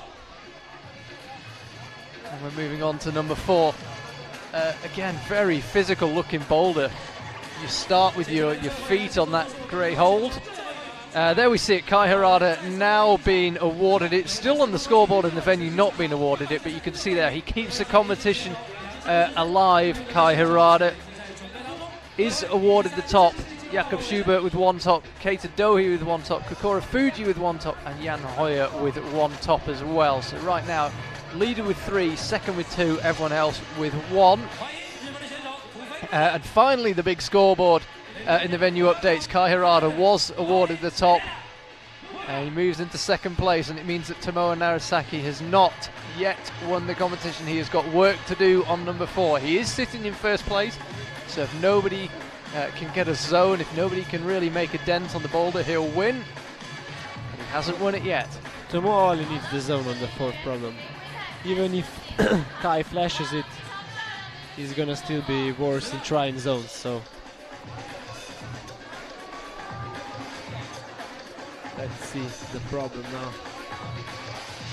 Yeah, It definitely doesn't look the easiest problem. no, you go up here with the zone, and then ideally you get a drop knee. That's exactly how you do it. Keita Dohi, he had it right with the first movement. Go with the drop knee, cross through over to that huge pink volume, and there's a tiny little screw on that you're aiming for just to make life a bit easier. Good first attempt from him. He's got 1 top and 4 zones so far, Keita.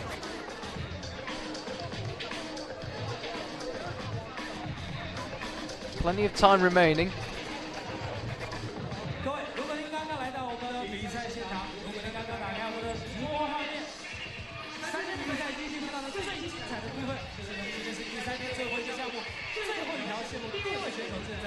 So you can see the start position, that big grey volume, he's got to get both his feet on that, and then there's a small crimp for the right hand and a little nubbin on the edge of a volume for the left hand.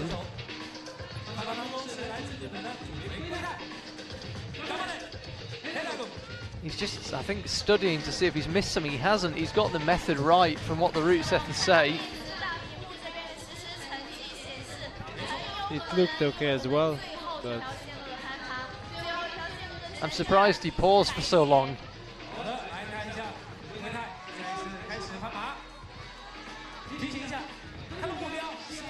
Now he comes through with the right hand. Will pop over to the zone with the left. He's already been up here. Gets the feet in position and crosses through that right hand. It's such a hard position to hold. And the screw-ons far to the left from where he's grabbing the volume, so I think he needs to like match with left hand on the screw-on. And I think nobody can see the screw-on because it's underneath the volume. Even we don't see it on the video, but we just know it. It's definitely there, I promise. I've seen it. Yeah, I think it's somewhere in the middle of the volume. Yeah. For all of them watching. So maybe crossover like this and slap with your left hand to the screw on. So Keita Dohi could secure himself a podium position here, but he can't win the competition. In fact, only Tomoa Narasaki or Kai Harada could win it from here. It's going to be a Japanese winner. It could be an all-Japanese podium. First things first, so Keita Dohi could do with finding a top here on number 4.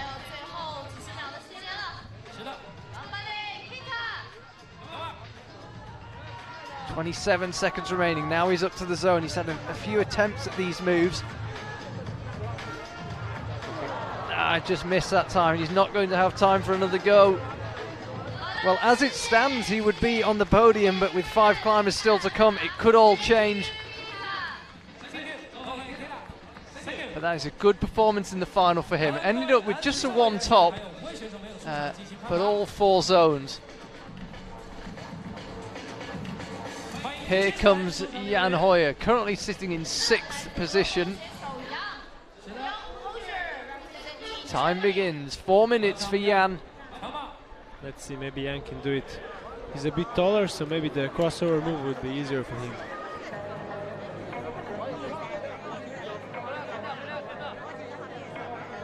Thinking about starting this completely different start.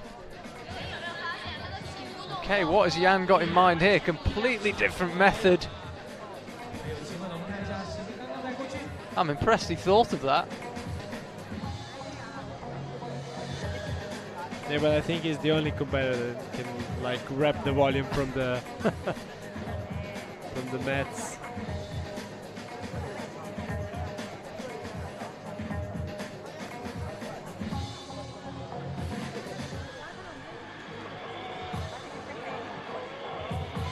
See from the way that chalk dispersed, that wind picking up here in Wujiang. We do have some bad weather forecast probably overnight. Let's hope it doesn't arrive before the conclusion of this final. I'm pretty sure it won't. 2 minutes 50 remaining now for Yan. Which start will he attempt? Will he take the so-called traditional start that we saw from Keita Dohi? No, he likes his start.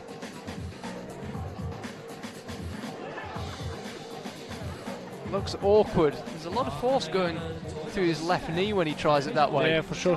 He needs to keep a lot of tension for just going up to the zone hold, while Dohi was using his left heel and kind of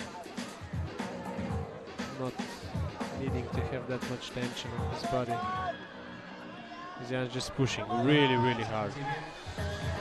Now he gets the right hand landed, so he's got himself in the same position as Keita Dohi, but got there a completely different way. Now he goes out to that huge pink volume.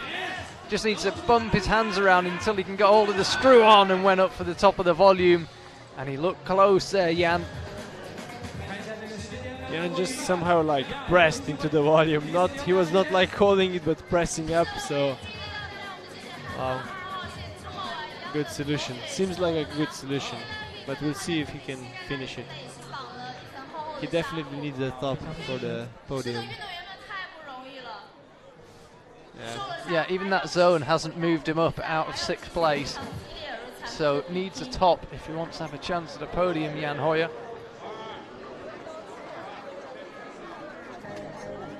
He found it was a really physical method of doing what is an already physical boulder.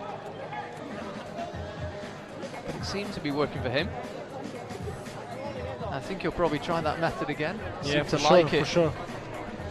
I just hope his foot doesn't slip from the start hold, because if it does, like he will be running out of time pretty soon. So this is this is the hard move with the Yan method, is that slap with the right hand. Come on now. Just bumping that right hand down. Oh, and he's close, Yan. With just over half a minute to go, decides against another go. Really good to see Yan Hoyer back in the finals. Couldn't reward us with the top there on Boulder 4, but good to have him back under the bright lights.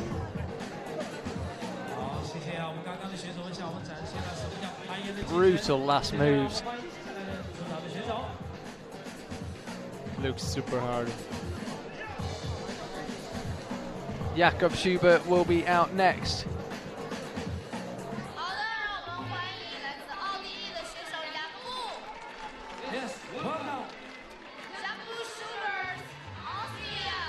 So Jakob, as it stands, is currently in 4th place, 1 top and 3 zones. Got a very quick top on second boulder, got it 2nd attempt. He goes for the more traditional start.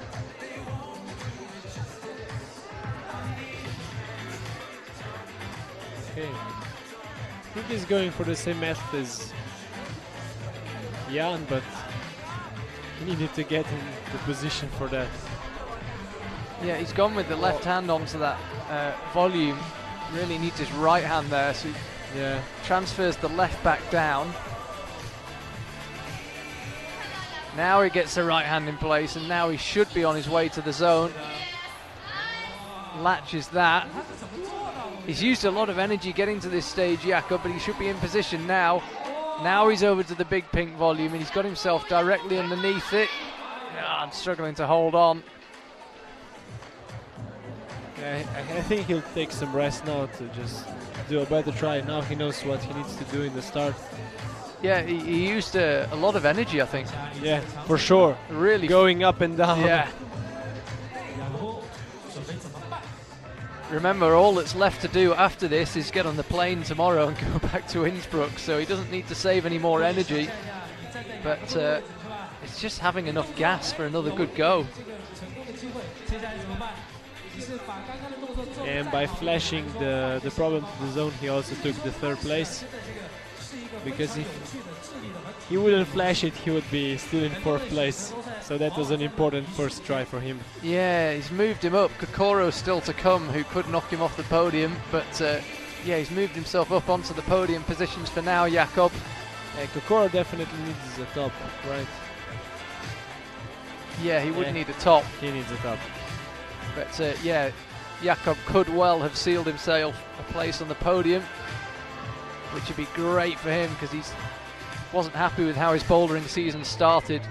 But it's getting well underway now. Looking way better now.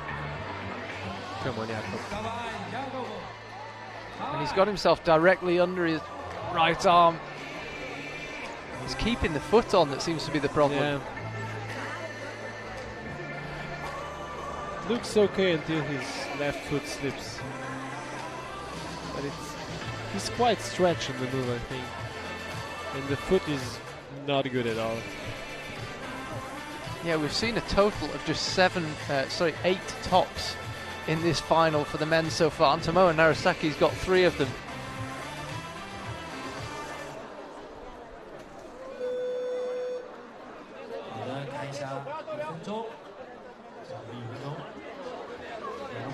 Jakob, I think we'll wait until 30 seconds to go, 35. Goes a little earlier. Well, this will be it for Jakob Schubert, assuming he can get through the first few moves and doesn't slip early on. This is the one. Come on, Jakob. Fatigue surely a factor now. He's got the right hand. He just somehow needs to keep the feet in. Oh, and that was closer, but not enough. 20 seconds to go, and he looks so frustrated with himself. But if Kokoro can't find a top, he'll take a bronze medal, Jakob.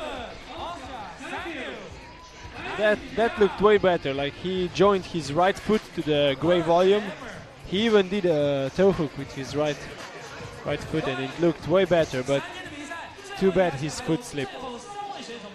Yeah, the first person he spoke to actually down at the front was Jan Hoyer. I think they were comparing notes. So, Kai Harada, he can win this competition. A top here would put him into first place. He may not stay there, but it would move him up. Yes.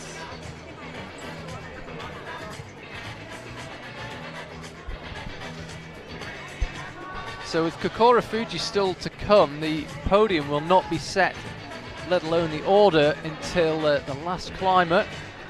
Kai Harada absolutely flying so far. Crosses through the right hand. This is the move that's pretty problematic so far, but not for Kai. Top hold is massive, but can he free up his left hand well enough to go for it? Gets the right heel hook in place, Kai. Pinching with all he's got, and tops Boulder 4. Kai Harada, first person to top that one. Wow. And he'll put himself in the lead.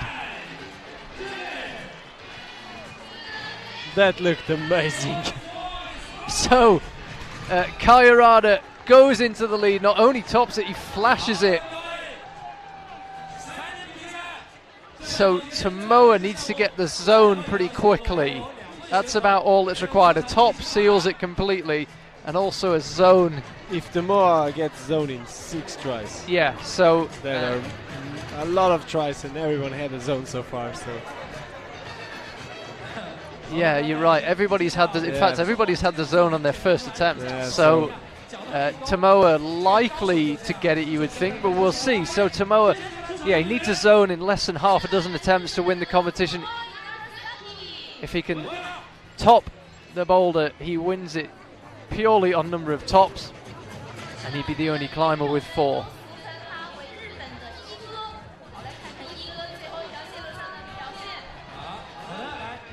See, it's a bit shorter, it's a bit of a jump to get started. How he gets underway.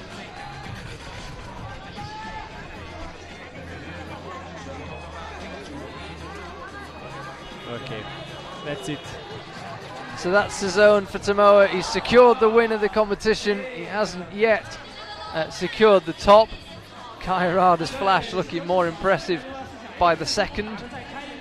But that zone is enough for Tomoa Narasaki to take the gold medal. He was close last week in Chongqing. A false start on men's 3 cost him.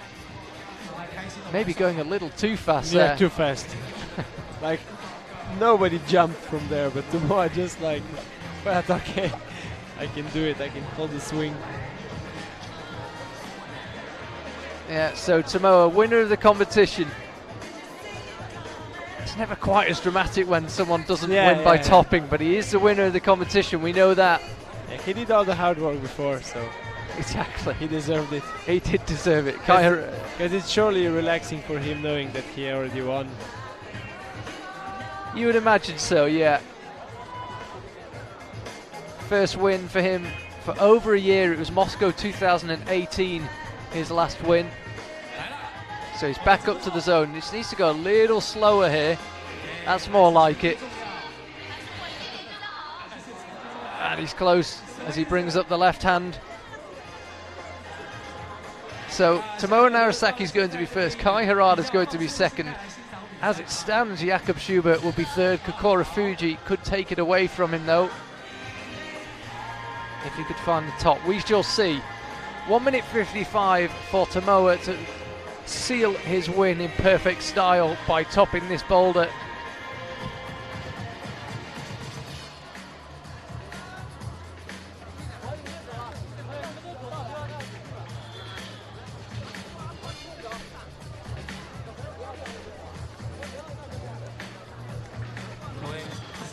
So he's had a couple of really good attempts, Tomoa, with a minute and a half left. He's got time for another really good attempt. How long will he break, though? That's the question.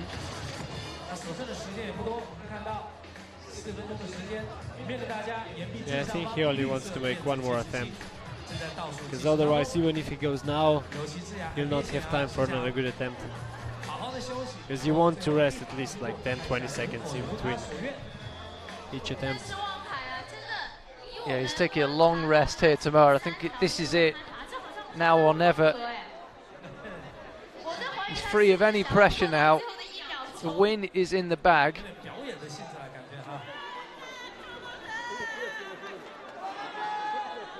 Okay, here he goes. You might be able to hear the Japanese crowd behind us giving lots of encouragement. Huge Japanese team shouting for Tomoa. Oh, he went for the top from miles away. And I think he liked that method because he's going to try it again. He's already won the competition. He's got 20 seconds left. I think he's just thought, why not? If anybody can climb it quickly, it's so Tomoa. fast. Well, yeah. He doesn't have time to do a lead route in 20 seconds. Now he goes out to the big dish, and I think he'll jump from here. No, he tried to match it. Couldn't quite decide which method to use, but it matters not for Tomoa Narasaki. He is going to win the competition. Kokoro Fuji could move himself onto the podium, could get himself a bronze medal if he could find a top, and it would be an all-Japanese podium. If he can't find a top, Jakob Schubert will take the bronze medal.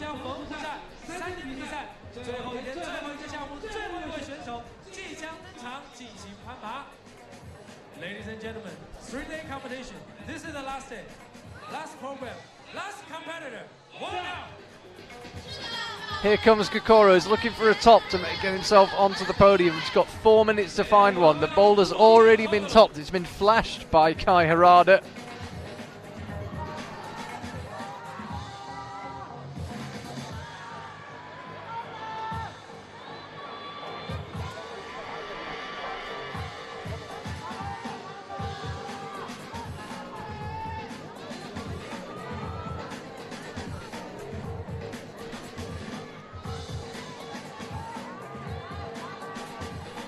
So Kokoro wrestling with these volumes. Now he's out to the zone. That doesn't help him though. Stay right where he is if he can't find a top. Now he's onto that big dish. It's that moves that's caused so many problems. Yeah, I think the volume is really not that good. So it's understandable. but he struggled with the start as well. Like he didn't know what to do, and I think he spent like 10-15 seconds just trying to figure out what to do, and in the end he decided for the easiest solution we've seen so far. So maybe he'll have a better second go.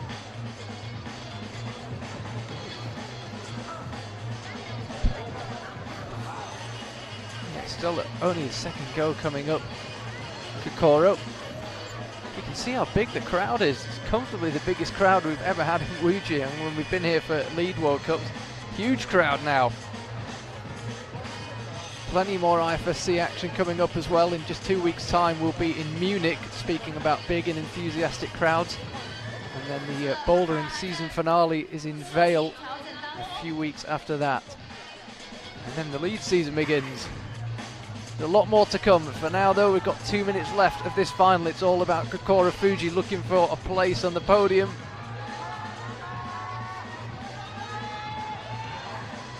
Getting safely out to the zone, but that won't affect his ranking. Needs a top. And he went with the right hand, but immediately cut loose that time.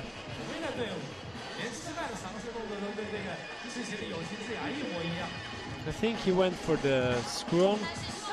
Directly. Yeah, like it looked like it. But it looks so hard like to keep your feet in, and you lose the zone hold as well. Because once your body goes lower,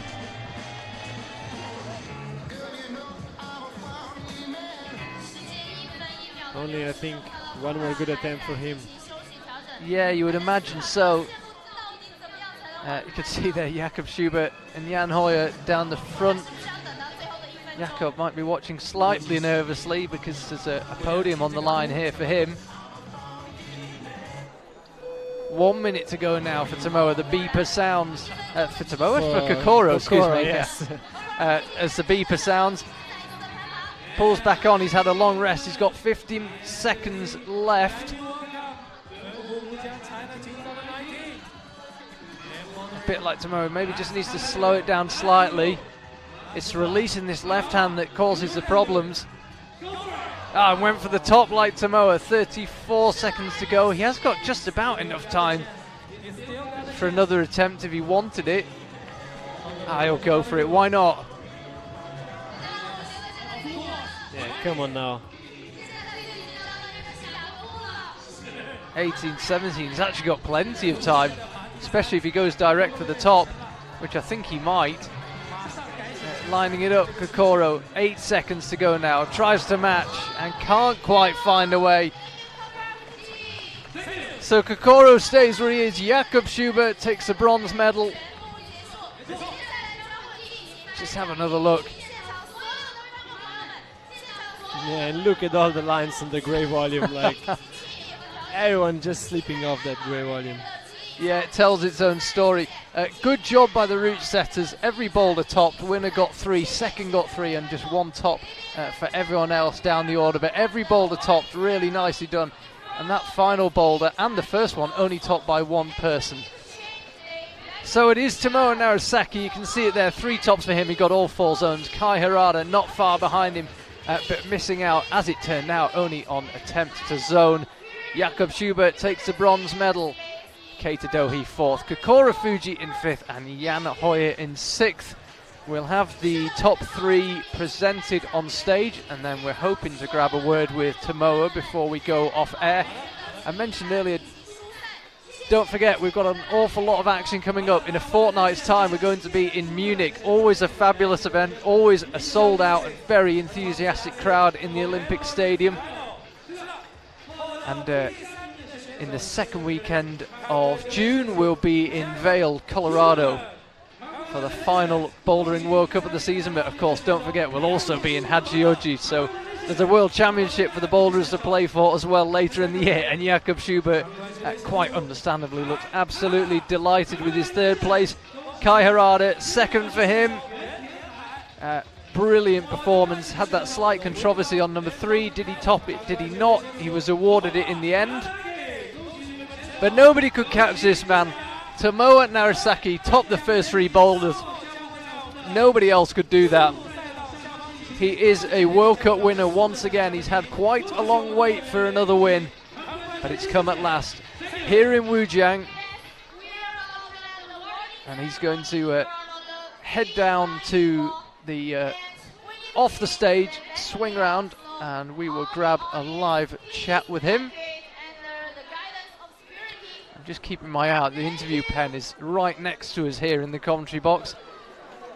Angie, a good final, enjoyable to watch. Yeah, for sure. I would say I enjoyed the men's final more than in women's. Maybe in women's, I don't know, there wasn't too much tension between the the climbers were not so competitive, and like we weren't waiting for the winner till the last problem, and I think that was way better in men's category. So yeah, I would say a good final, and all the finalists like ranked really good, like you said before. And we're pretty close, I believe, to hearing from Tomoa Narasaki. He's down the front. Takako Hoshi, one of the Japanese coaches, is there to help translate. Let's get down to Tomoa and Eddie at the front. Tomoa Narasaki, winner here in Wujiang, China. You must be pleased after it just snuck away from you last weekend. How are your feelings at the moment? 今の気持ちはどうですか？ずっと惜しい2位が続いていたので、優勝できて本当に嬉しいです。I was always in the second place. I'm so happy to win this game today. I'm happy for you as well. Tomoa, what are your plans for the rest of the season? I hear that you might be missing Munich to compete in Japan at the combined champs. Will you be back for a full lead season after that? このシーズンはどういう予定ですか？ミュンヘンはキャンセル出ないということになってますけど、どういう予定ですか？ミュンヘンをキャンセルして日本で行われるコンバインドチャンピオンカップのために調整します。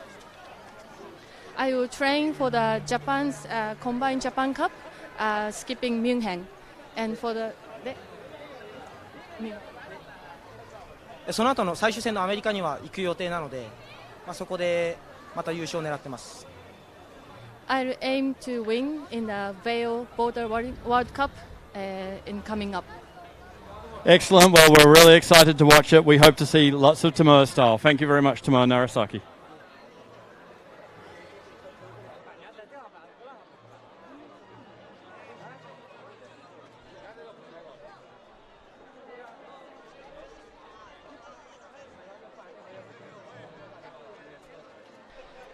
So there we have it, Tomoa Narasaki, we just heard from him. Sadly won't be seeing it in Munich from what we've just heard, but he takes the win here in Wujiang, and he'll be back in Vail in a month or so's time. Kai Harada takes the silver medal, Jakob Schubert with the bronze, Keita Dohi fourth, and Kokora Fuji in fifth.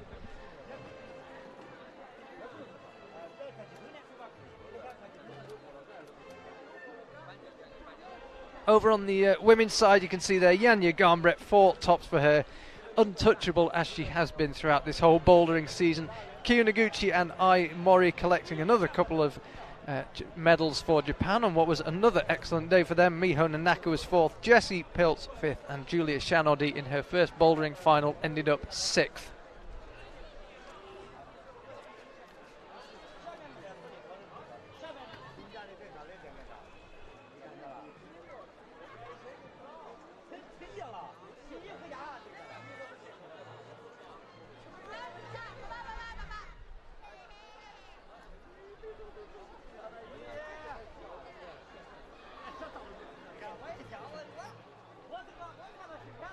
There we can see the wall in Wujiang, a roaring success in its first appearance as a World Cup bouldering venue.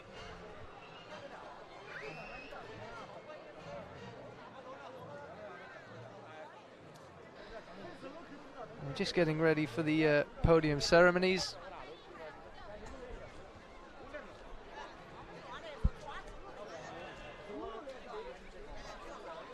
Awaiting the awarding ceremony. Good to hear from Tomoa and Janja live. See there Graham Alderson down the front, our IFSC technical delegate at this event. Had a bit of work to do with that appeal from Kai Harada.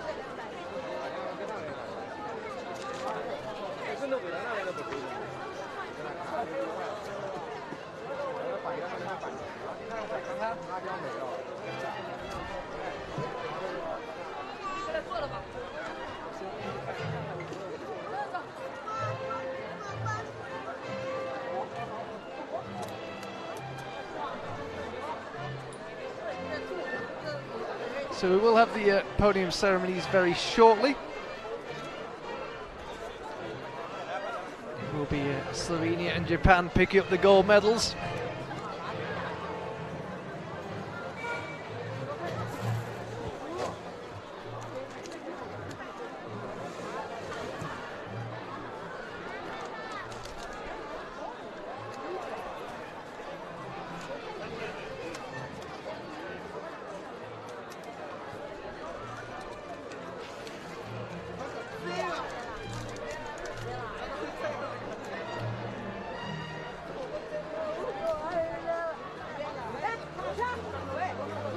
It looks as if we're should be just about ready to get going with the podiums.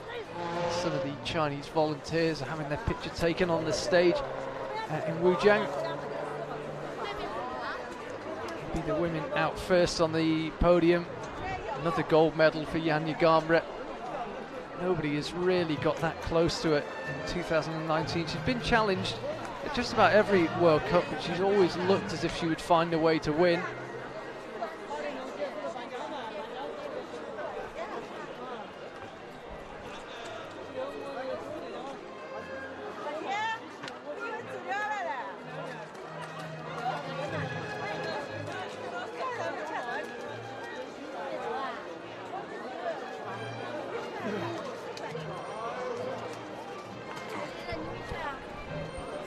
Yeah, Janja Garmret, your compatriot. What do you think? What if she doesn't win the other World Cups? Why will that be? Do you think is it just a question of motivation and concentration for Janja? Yeah, I think the main reason would be like the lack of motivation, because like right now everybody's just like expecting her to win, and even if she like. Usually when other climbers climbing, it's like usually when they don't top the problem, like we're just like a bit disappointed. Well, we expected you to top the problem, but with Janja, it's the tries that are the problem. Like if she doesn't flash it or does it in few tries, we're just like, whoa, Janja, what's wrong with you? And like, and that's wrong from us to expect from her. Like she's like any other competitor, and like we should be happy for every win that she gets. But it's like we've got way too much used to her winning competition after competition, and might happen that she's not motivated one day. But hopefully she stays motivated for a long time, because like she's gonna be a legend. She already is. She's just gonna be a bigger, because the way she wins is just amazing. Here come our female podiumists. And Japan is also doing a really great job. 2 podiums, women and in men. Yeah, in third place, Ai Mori appearing in her first semi-final earlier on today, then her first final tonight. Now she's on her first podium. It doesn't get much better than that. Well, yeah, that's just crazy. I think Japanese, like they have one competitor each year that just like comes on the first comp and just goes straight to the final. Like even I think Ray from Moscow, that was his first or second competition, and he was already in finals, which is just crazy. There is Ai Mori. We just mentioned her, had such a good semi-final and more than followed it up with her performance in the final. A well-deserved bronze medal for her, the first of 4 medals that will be awarded to Team Japan here in Wujiang. And she was the joint youngest person in the semi-final on either men's or the women's side today. How old is she? She turned 16 this year. Wow. The silver medal representing Noguchi Akio, Japan. Congratulations! Akio Noguchi, turns 30 this year and just seems to be getting better and better with age. She almost never seems to be injured. She never seems to suffer a loss of form. She's always strong. She's always right there. And she will win yet another silver medal. She's got 21 World Cup wins. Today it's a silver. Another one for the trophy cabinet.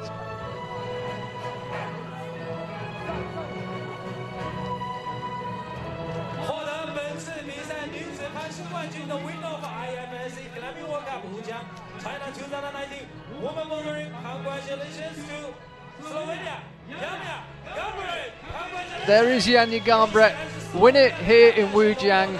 We are 4 World Cups into the season. She has won them all. She's pretty much dominated them all.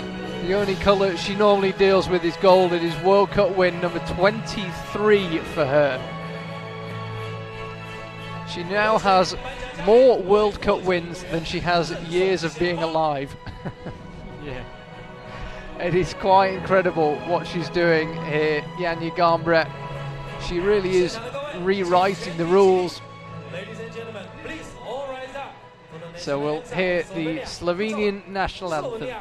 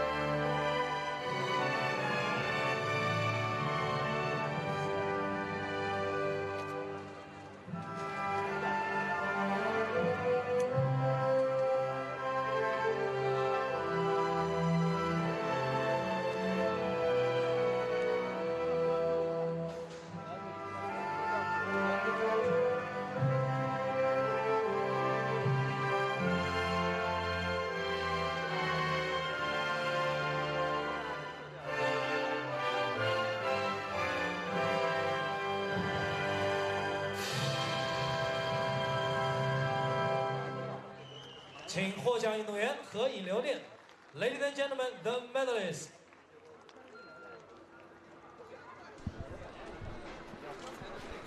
So the Akio Noguchi and Ai Mori join Janja Garnbret on the top step of the podium. Photographers take their turn to grab a picture. Chinese dignitaries taking their turn on the podium as well. Congratulations again. 再次恭喜. And inevitably the questions will start to be asked, can Janja win every World Cup in the year? We shall see in 2 weeks' time in Munich. She's got number 5. 2 weeks after that, Vail, Colorado for number 6. Yeah, she's already won the, not combined, but overall World Cup in bouldering. You know what the real question is? Can she make finals in men? There's been a few people asking that question. Could we let her loose on the men's boulders? Because I think it could happen. It could happen. I agree. Sadly, I don't think we're going to see it, but it would certainly be interesting. I think it's better for us if we don't see it. No, it's probably better. It'll make us all feel better. Right, here come the 3 podiumists for the men. 2 more medals handed out to Japan, and Austria will be taking one back as well.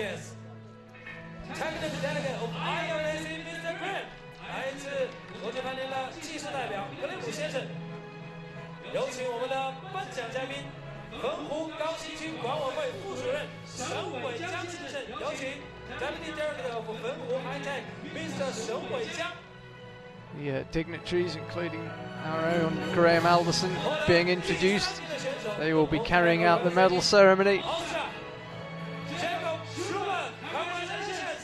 Jakob Schubert, one of Innsbruck's finest, takes the bronze medal for Austria. His bouldering season didn't get off to the start he wanted, but he's hitting his straps now. Bronze medal for him last year in his home city. He won the lead competition in the World Championships. He won the combined as well.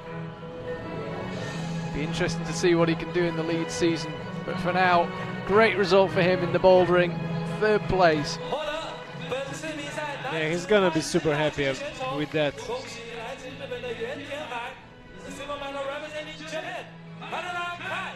Kai Harada, the 2018 bouldering world champion from that same fabulous event in Innsbruck last September. He takes the silver medal.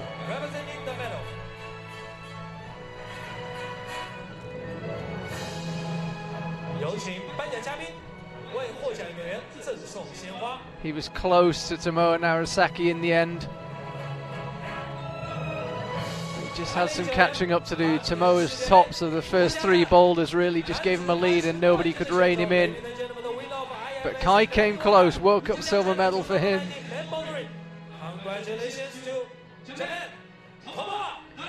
This was the man they couldn't catch, so Tomoa Narasaki,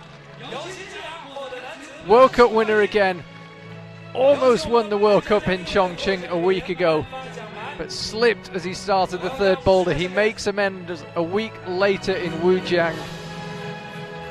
Another win for him. The next time we see him in action will be in Colorado in a month's time, and then we're in his home city of Tokyo for the World Championships. Who'd bet against him on this kind of form?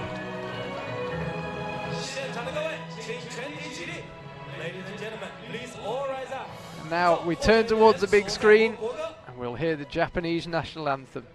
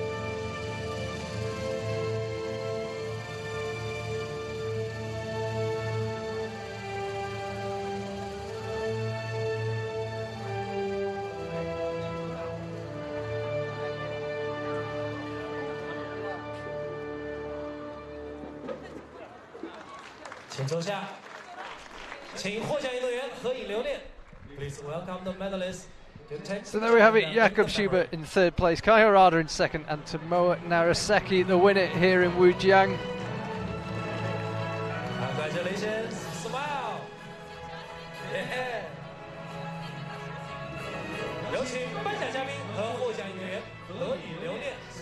Great day for Japan, 4 medals going back with them.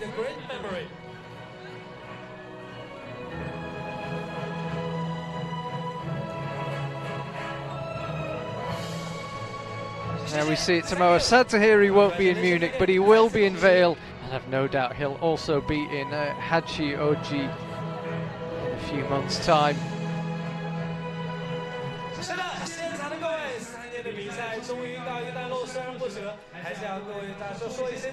And so concludes a fantastic couple of events in China. Andrew, thank you very much for your company. Thoroughly enjoyed having you, and belated congratulations on last week. Fantastic result. Thank you. Thank you very much for watching at home. We will see you in just 2 weeks' time in Munich, and then we're off to the Vale for the conclusion of the Boulder World Cup season. So fireworks get underway here in Wujiang above us. We'll see you in a couple of weeks.